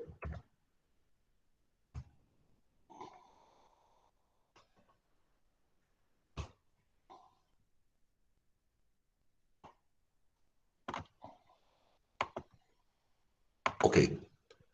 So now we start with this, and obviously we select, import the same file, that is bsc.sensex from SPSS to RStudio. And that also you know There is a command is read underscore sap, and there is the path of the file. This is the path of the file from where I imported the file. This is my file name. Okay. Now, step by step. So, and library heaven function, you need for some statistical computation, like correlation matrix, covariance matrix, all types of summary quartiles. We need these packages. Okay. So first we run this. So this is okay. Library heaven is okay. And now we import this file to the object X.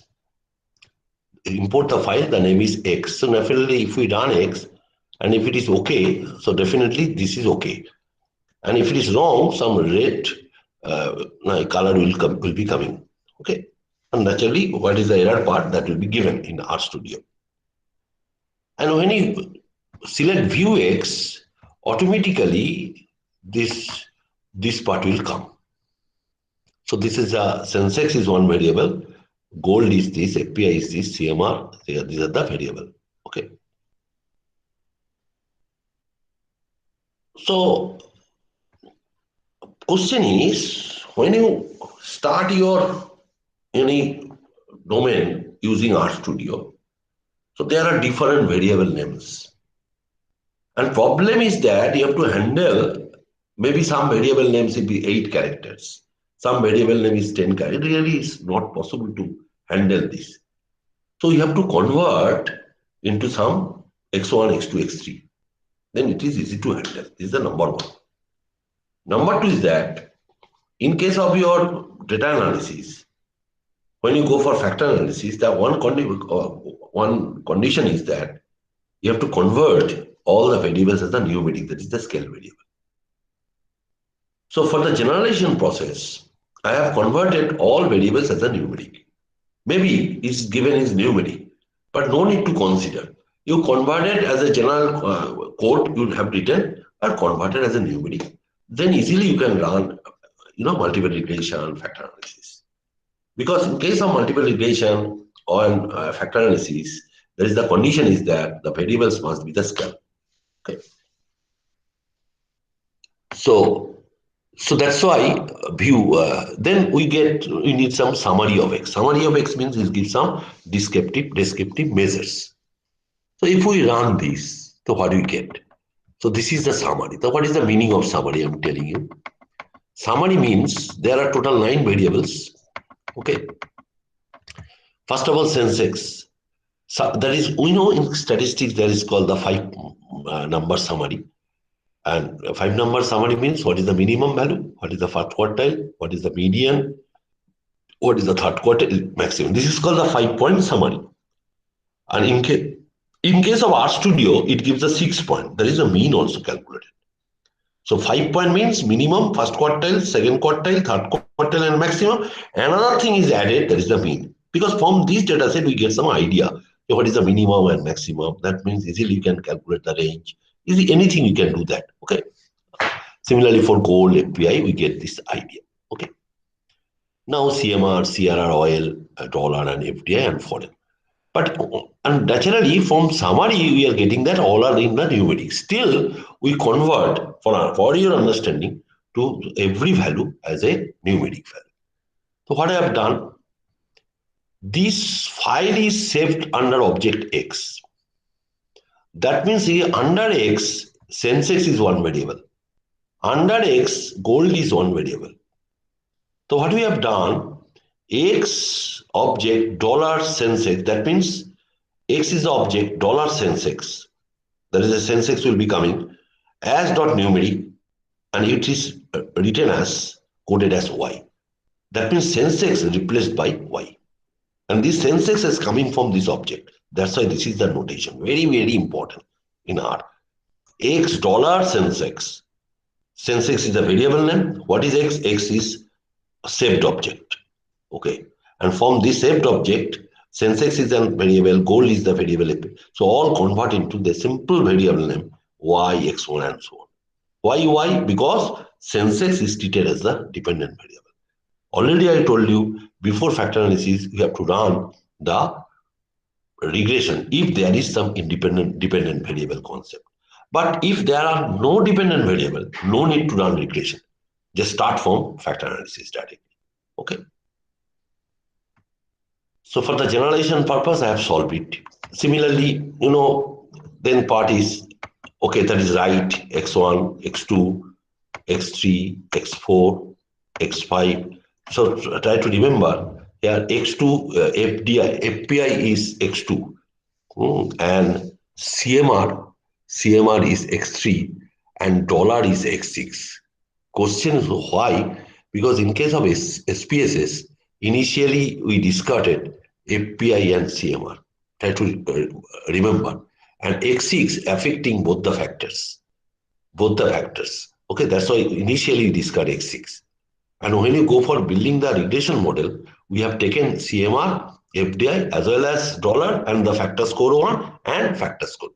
So that's why I try to remember the X2 as FPI, X3 as CMR, and X6 $6 and other 6 variables. So, okay. First of all, you tell me up to this, okay? Yes or no?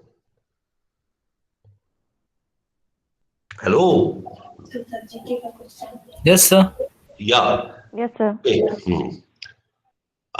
So next you have another idea, that is how we form the data frame. Most probably you know. Data frame means from all the variables, you have to some data frame.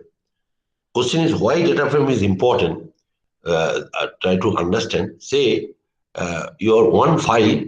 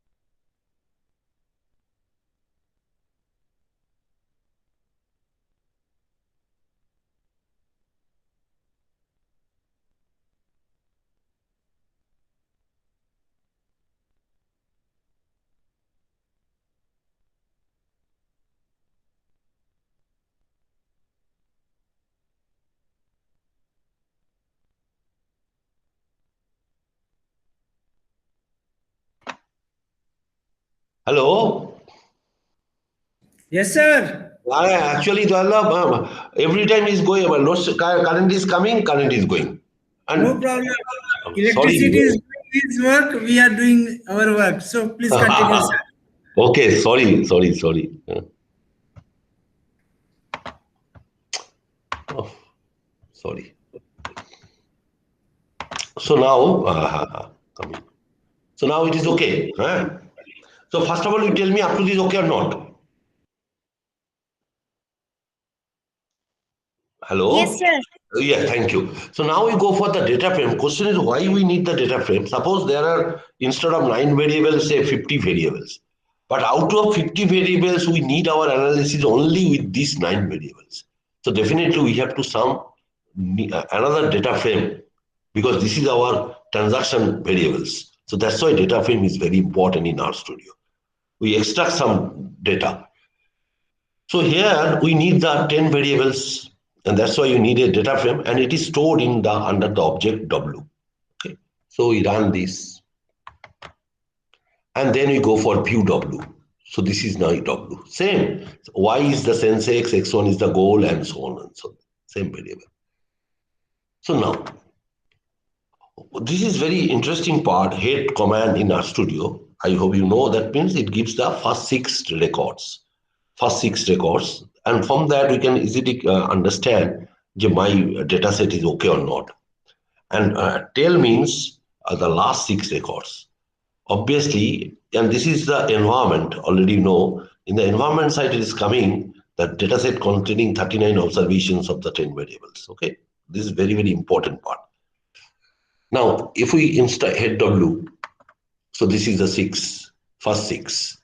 This is the tail W, this is the last 6. Last 6 means 34, 35, 39 observations. And now, initially, already I told you, before we need some graphical presentation. Graphical presentation means Y with X1, Y with, and that is called the scatter diagram. So this is the, okay, this command is given in Google, everyone. You have to write only this concept. I have changed this part only, okay, because according to my customized. But this scatter dot smooth is given, okay.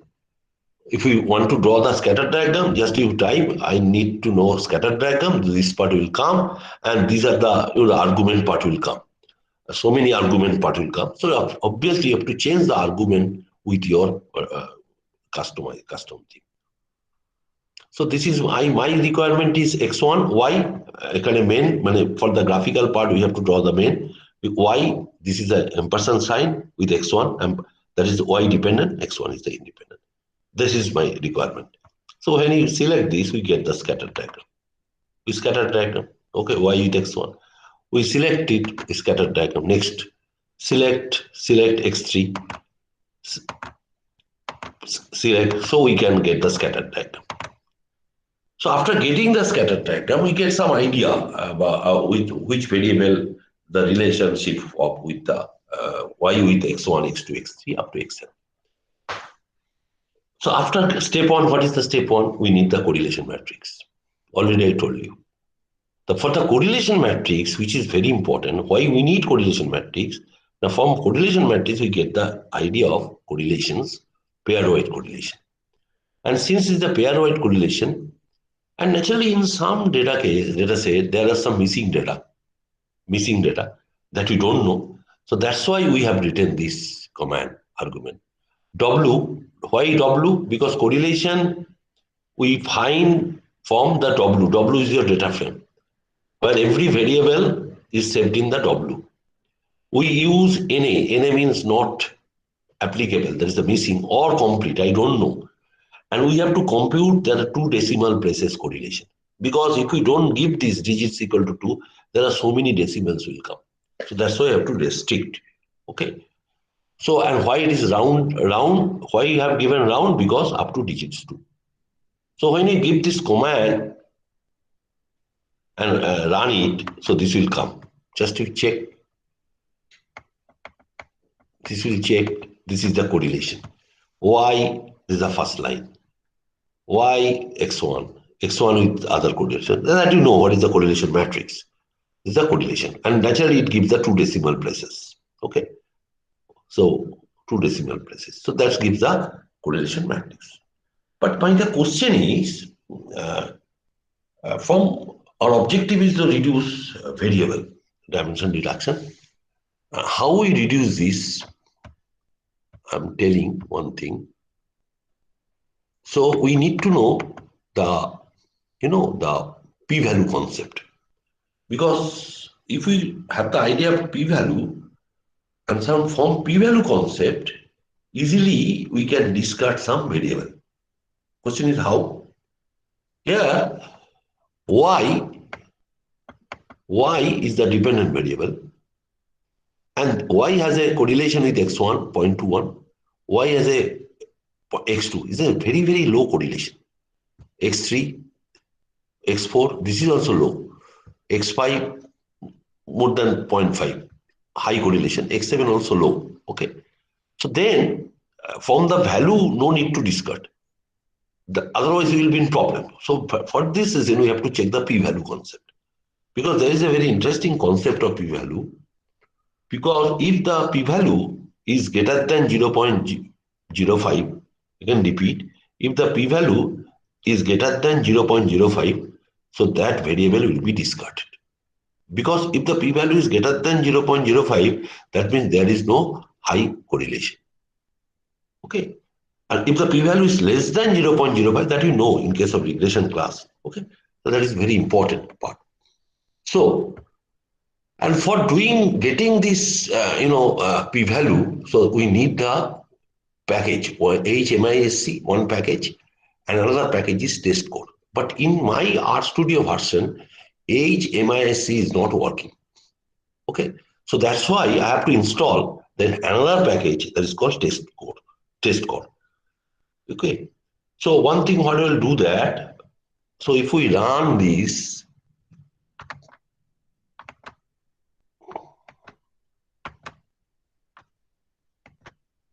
okay, just to check, this package is uploaded.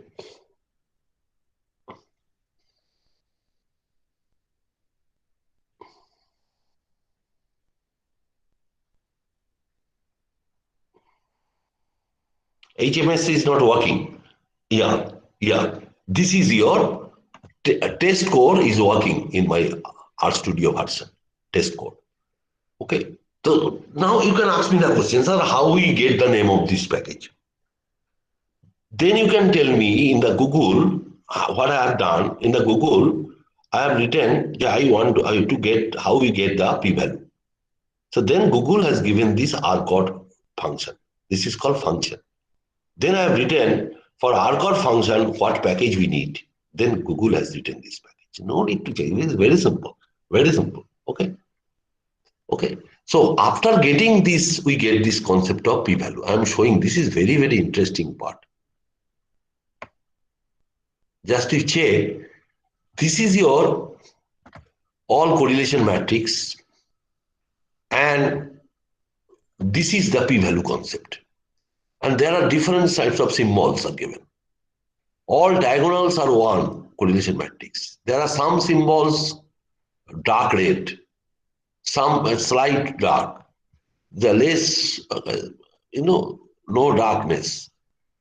And this is white. So 5 colors. So what is the meaning of 5 colors? Dark means the p-value lies between 0.0 to 0.01. And this is the range. Here the p-values from 0.001 to 0.01. Because we know the p-value lies between 0 to 1. Because p-value is the probability value, can never be negative. So this is the 0 minimum and this is the maximum. And all values are shaded by the colors. So what is our objective? If the p-values are greater than 0.05, so with that variable will be discarded from the analysis. Okay. So this is the shaded. So we have to check it. This is the p-value is greater than, just to check this shade. P-value is this, p-value is there. Okay. White. Naturally, we have to discard these two shade, because here the p-value is 0.121. So we check only these two shade. Okay. One is the white shade, another is the naturally some less dark of white red. So just to check here, the p-value is 0.818, and that is a white color. This 0.818 lies in this range. And here it is, the p-value is 0.08, lies in this range. So obviously, we can discard easily x2 and x3. And if you can remember that CMR and FDI are not highly associated. And in case of regression analysis, okay, CMR and FDI are rejected, deleted, due to they are having no high association with the same sex. Okay. So that's why, but only for your understanding, what I have written, we have run the regression model with the 9 variables, x1, x2, x3, x4, x5, only for your understanding. But from the p-value concept, easily you can discard x2 and x3. But only for your understanding, I have taken this. So now we run the regression model. This simple model, LM means linear model. LM means linear model. This is the function, linear function. And what is the argument? Y, depending on, these are all 9 variables. Okay. That is the,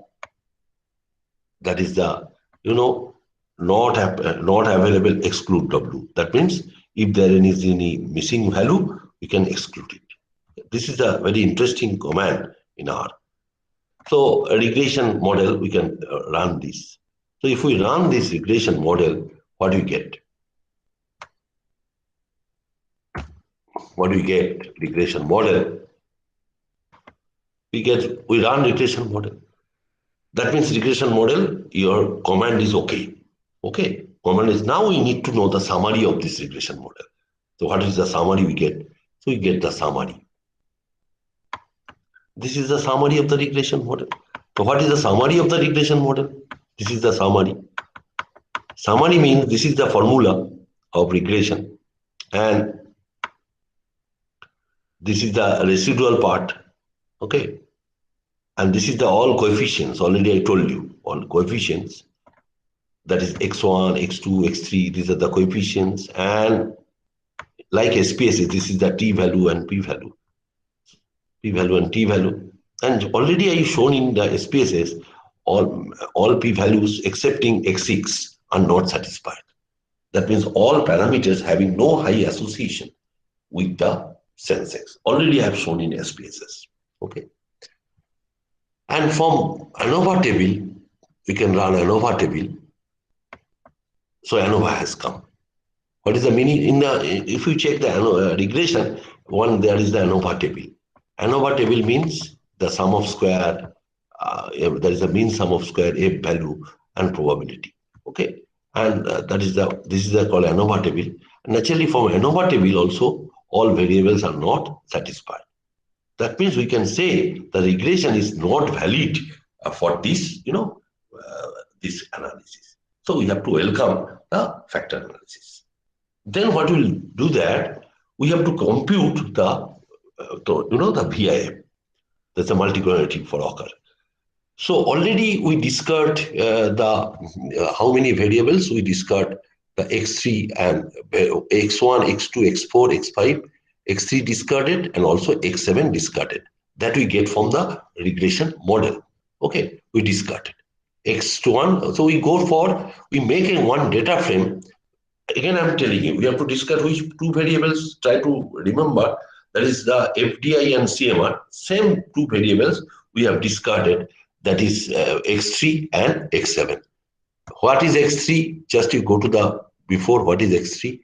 x3 is your, I'm telling you, x3 already I have written. x3 is the CMR. Okay. And what is x7 FDI? Just to try to remember, initially in SPSS, CMR and FDI discarded. Okay. CMR and FDI discarded for factor analysis. So now that's why we go for, the VIF part for x1 to x9, excluding x3 and x7. And for getting this VIF model on the basis of regression model, we need another package that is called CAR package. Because if you don't install the CAR package, we don't get the VIF values in R or RStudio. So we run this library CAR. Okay. And this is the VIF values. This is the VIF values. Just to check, this is very interesting. x1 high VIF, x2 high VIF, x3 greater than 2, x4 greater than 4, and so on. Okay, but what I do that, we considered here x1, x2, x4, x5, x6, x8, x9. So initially, how many variables? 9 variables. I have taken 9 variables. But I have 9 variables. What I have done it, that we consider 7 variables. Question is why? Because for x3, it is treated as CMR. Try to remember. And x7 treated as FDI. So in the next line, we discarded x3 as well as x7. So definitely you can ask the questions are why? Because x3 also high multicollinearity, x7 also high multicollinearity. So when you solve in the R package, you try to consider when this type of thing will occur, we have considered R square greater than 0.7. 0.7. Say here it is the VIF value. So VIF means 1 by 1 minus R square. So 1 by 1 minus R square is 2.447 and so on. And after solving, we get some value of R square. Here the R square values is coming 0.59, near to 0.59 for X3. Similarly, for X7, R square value is coming nearly 0.68 or 69. So that is less than 0.7. So we are considering the variables for factor analysis whose R square value in case of VIF is greater than 0.7. So if you check this value here, R square greater than 0.7, greater than 0.7, greater than 0.7, greater than 0.7, greater than 0.7, greater than, so we discard only X3 and X7. So that's why we need a frame for 7 variables. Okay. So then we go for the data frame of 7 variables. Then you find the correlation. Just you think core of W1, core is the function W1, and it is stored in the object G. So we go for correlation of W. And if we run G, we get the value of correlation. So this is again the correlation matrix of the 7 variables. Okay. And we need to know, already I told you, we need to know the value of the determinant in SPSS. So we calculate the determinant of G. Determinant of G. So this is the value of the determinant of G. That's correlation, determinant of the correlation matrix. So what is the interpretation? The interpretation is very simple. If the value of the determinant is tends to 0, that implies the high multicollinearity occurs, and that is relevant for factor analysis. Okay. So now we need to know the the eigenvalue of the correlation matrix. So that is what is the function? Eigen is the function of G, and it is stored in EGN. Okay. So we run this, get the eigenvalues. So we need the values, eigen underscore values. So this is the eigenvalues. Already I told you we get the 7 eigenvalues, and out of 7 eigenvalues, 2 are more than 1, and other 5 eigenvalues are less than 1. So that means it is decomposed into 2 factors. Okay. And we get the KMO values, because KMO is very, very important, statistics for validation of the factor analysis. There is a very simple rule. If KMO is more than 0.5, then you can proceed for the factor analysis. Obviously, if KMO tends to 1, so we get the good factor analysis, because it gives the sample adequacy test. Okay. So if we run the KMO, we get the values. What is the overall KMO values? 0.62, that is more than 0.5, and this is the individual KMO values. Okay, we deal with the overall, that is the sample adequacy test, mean sample adequacy. Okay, and this is the mean sample adequacy for individual item, and definitely after taking the average, we get this value. Okay, so we can proceed further this. So then we get another thing, the Bartlett test of sphericity. Bartlett test of sphericity gives the checking of the multicollinearity. Again, I am telling you, if the multicollinearity occurs, then factor analysis is relevant. And this Bartlett basically based on the hypothesis, testing of hypothesis. Okay. So that's called the COT test. This is the testing of hypothesis. And if we run this Bartlett test, what do you get? Bartlett test, this is the degrees of freedom is 21. Why? Because there are 7 variables, 7C to 21, and there is a p-value is less than 0.05. So when the p-value is less than, and definitely Bartlett is a chi-square test. So I'm not, this is a multivariate chi-square. I'm not going in detail this part. Okay. And if the p-value is less than 0.05, that means the Bartlett is satisfied. Okay. And that means we can go for, the factor analysis. So again, I'm repeating the factor analysis divided into 2 parts. One is the PCA, and that is the EFA. So first I solve the PCA part, and then I go for the EFA part. Okay. So this is the principal component. So what is the function name? Is the PrimCom is the function name, and PrimCom working on W1. Why W1? Because W1 is your new data frame. Just to check, W1 is your new data frame. What is new data frame? It composed of 7 variables. Okay.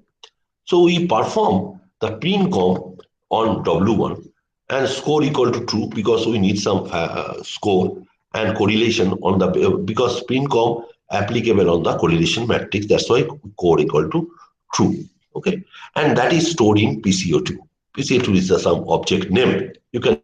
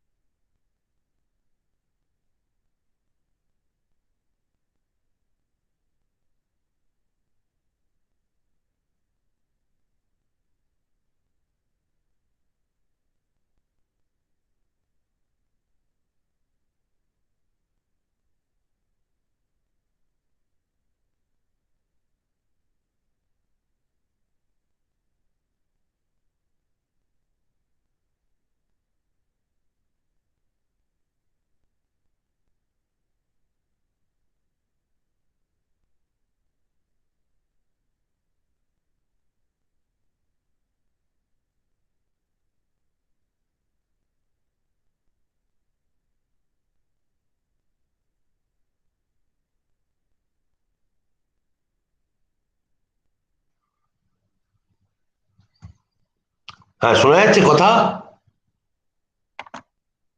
হ্যাঁ sir হ্যাঁ হ্যাঁ এইবার ঢুকেছি আমি sorry to the all participants really sorry what can I okay so now we apply the principal function for the principal component okay so there is a function is called primcom and w1 is the data frame that means this data frame consisting of 7 variables okay and we run this. Okay, now if we run PCA2 because it is shaped in PCA2, so we get the output. So this is the output. This is very, very important part. Actually, PCA gives only the, we know the square root of the eigenvalue is called the standard deviation. So PCA gives the square root of the eigenvalue. Okay.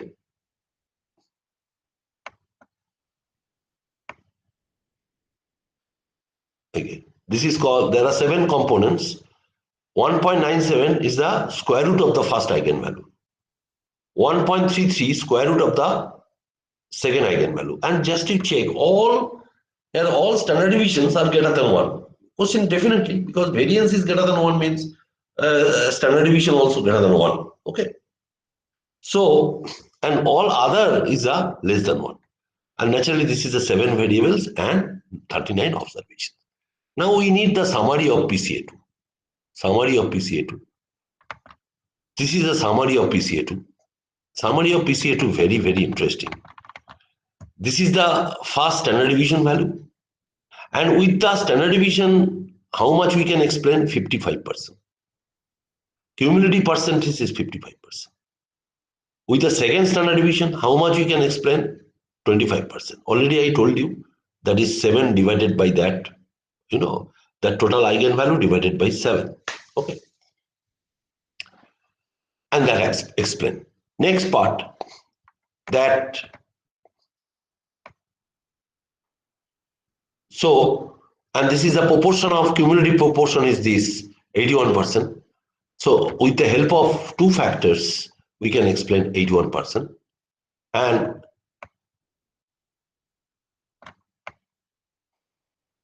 this is the 7 component. Okay, and total explain is the 100%. Naturally, 90% is error.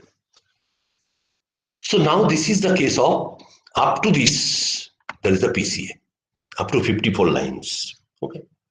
Now go for factor analysis. So that is the command is called PCA. Function is called only PCA. What is that? Data frame is W1. What is the method? Varimax. What is the score equal to 2? So here we have considered only a single factor model. But in the second case, we consider number of factors too, because already we know we get the two factors. Okay. So my question is, why I have written this is very interesting. Just if first you run this thing. Run this thing. So just when we run, we get this thing. Just you think, this is the 7 variables. We get one factor only. Okay, and this is your square of this 0.73 square.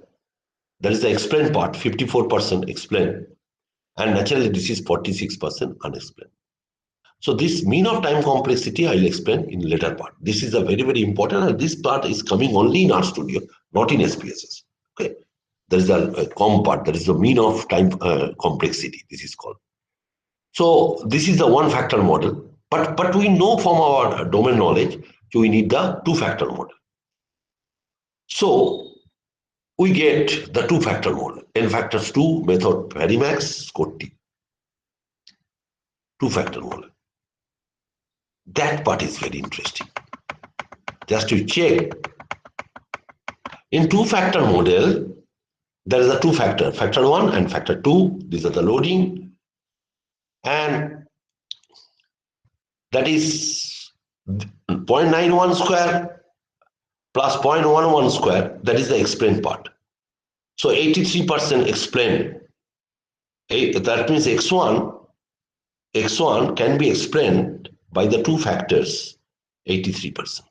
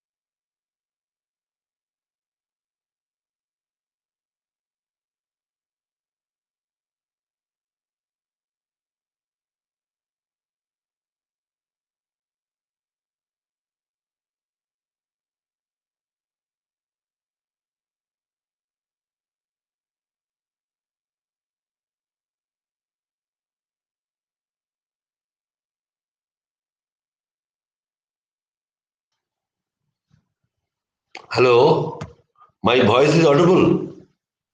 Yes, sir. Actually, problem is every time. Sorry, really sorry. I don't know what is happening in NIT. I don't know. Okay. Okay. So now the last part is very important. So number of factors 2, just to check, here x1, 83% x1 can be explained by the two factors. That means 6, only for individual variable. So that means near to 70% unexplained. So this part I am coming. Only for thumb rule I am telling you, this is the very, very important part for orthogonal transformation. If you check this is called mean time of mean complexity. If the mean complexity is more than 1, so that means there are some oblique transformation occurred. So for the variable x6, the complexity part is 1.9 times. That means x6 influence both the factors. So if the mean time of complexity is very, very high, that means the variable influences all the factors. Here we get the two factors. So here x6 influences factor 1 as well as the factor 2. But all other variables, x1, x2, x4, and x5, all other mean time of complexity are just tends to 1. Some variable is 1.2. But here for x6, it is 1.9. So what we'll do that in the next part, we'll discard x6 only due to the mean of time of complexity, it is 1.99. So we go run this W2, another new frame because x6 is discarded. So again, we find the same thing, correlation matrix. This is the determinant, same thing, KMO. And again, with the but list. This is 39 observations based on, okay.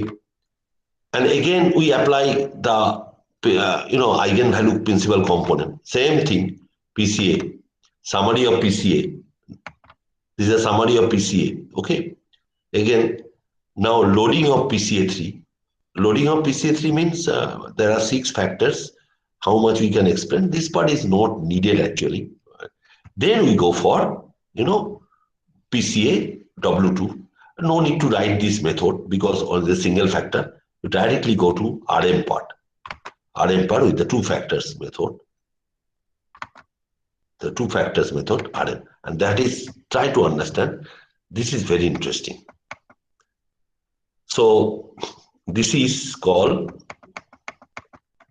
X1 is a high loading with the RC1, X2 with the hard loading with the RC1, X8 with the high loading with the RC1, X9 with the high loading with the RC1. So we can say X1, X2, X8, X9 in the factor 1.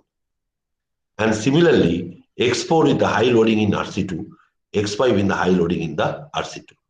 So we can say X4, X5 in the factor 2. And if you check, all the mean time complexity are tends to 1. Always it is greater than 1, tends to 1. So we can say these are the some orthogonal transformation occurs. Okay. Now we can plot the. So this is the plotting of the first factor is very important. Then second, third, fourth, and fifth. There are 6 components. So this is the first factor because eigenvalue is more than 3. Second factor and other 3 eigenvalues are less than 3. You can plot. And already we know in SPSS there is a sum called tree plot, that is called tree plot. Okay, based on eigenvalues. Okay. And also there is some biplot. Biplot means this is the factor 1 concept. Biplot.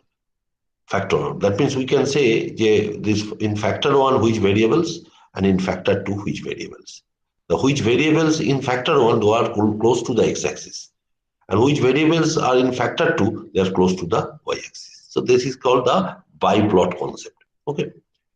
And I am excluding these 2 parts, S and S ranking part. So this is basically for the non-parametric factor analysis. I'm excluding this. Lastly, I want to show some regression model. Okay, regression model. Okay. So this is the factor scores. Already I told you. Factor scores. Because there are 2 factors, means we get the 2 factors. So just you take, this is the factor 1 score and this is the factor 2 score. And we need, some merging type of thing. There is a concept in R that is called column bind. I'm showing the application of column bind. So XXX is a factor 1 and YYY is a factor 2. Okay. So this is a command FF. FF means factor scores. There is a blank comma 1. That means we have to meet the all rows but first column. What is the meaning of this? All rows, 39 rows and second column. Okay. This is the meaning of this. Very simple. So now if we run this, we get this. Just to think, this is the 39 factor scores. And this is also 39 factor scores of the second. But we need in a column wise. So that's why we have to merge. We are merging 6 variable x1, x2, x4, x5, x8, x9 and xx, yy. Because xx is the 1 factor score, yy is a factor score. So we are merging. After merging, we get this. Now view this. So this is the merging. Just to check x1, x2, x4, x5, x8, these are the 6 variable and xx is one of the factor score and This is a margin. What do we need there? Because when you go for regression model, we need these factor scores. So in case of regression model, we need this factor score XX and YY. And definitely for regression model, we need the dependent variable also. So now we need the regression model. What is the regression model? The function is called LM, linear model. That is, Y is the dependent. Just try to recall, XS is the first factor score, YY is the second factor score, X3 is the CMR, which is discarded, X6 is the dollar, which is why X6 dollar influences both the factors, so we have to separate it. And X7 is the FDI. And that is stored in the regression M. Okay, we go for this. And we need the summary of this regression model. Again, regression summary has given. Same thing. And naturally, from this summary, we check that. From this summary, we check that.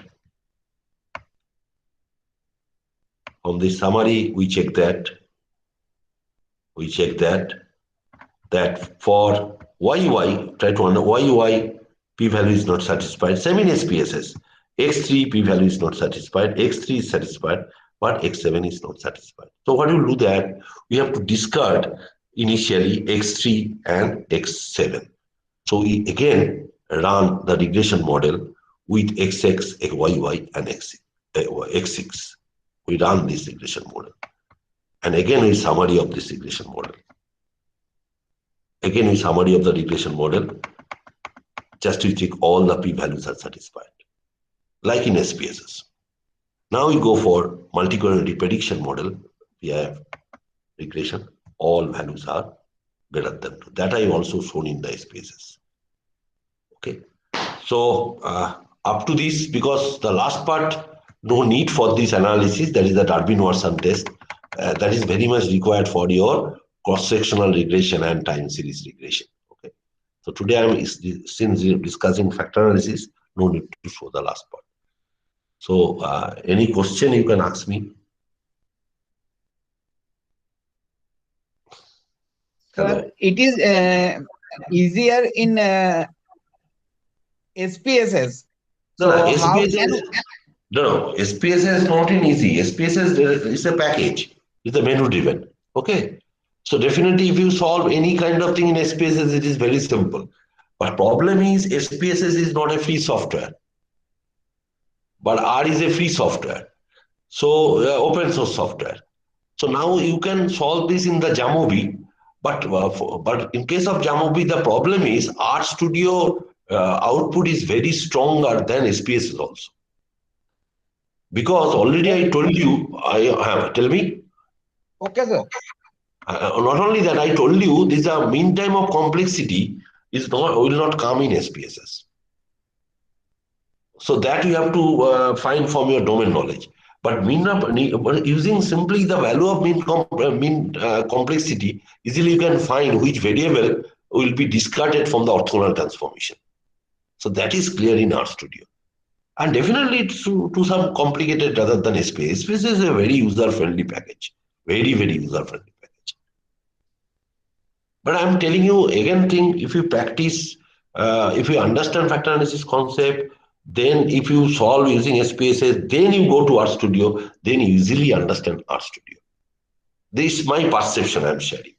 Because when I start R, in every case of cluster, regression, first I solve in SPSS, take the concept, then I go to R, and then it is very simple. And before solving this, we have to know the grammar of RStudio or R. Because grammar is very important. What is the meaning of packages? What is the meaning of function? What is the meaning of argument? What is the meaning of object? That you have to clearly, because when I'm taking the initial R class, so I have to discuss this part. But today I have no time, because in initial basic R class you have to discuss this. So what is the meaning of list command? What is the meaning of data frame? You have to discuss in detail. Okay. Not only that, you have to discuss what is the looping concept in R, because background there are so many languages are working. C is working, C++ is working, Python is working. So many packages are working. So obviously you have to know the grammar of the packages. And then RStudio is very simple. Also, Java is Okay, working. sir. Okay. So, okay. Okay, sir.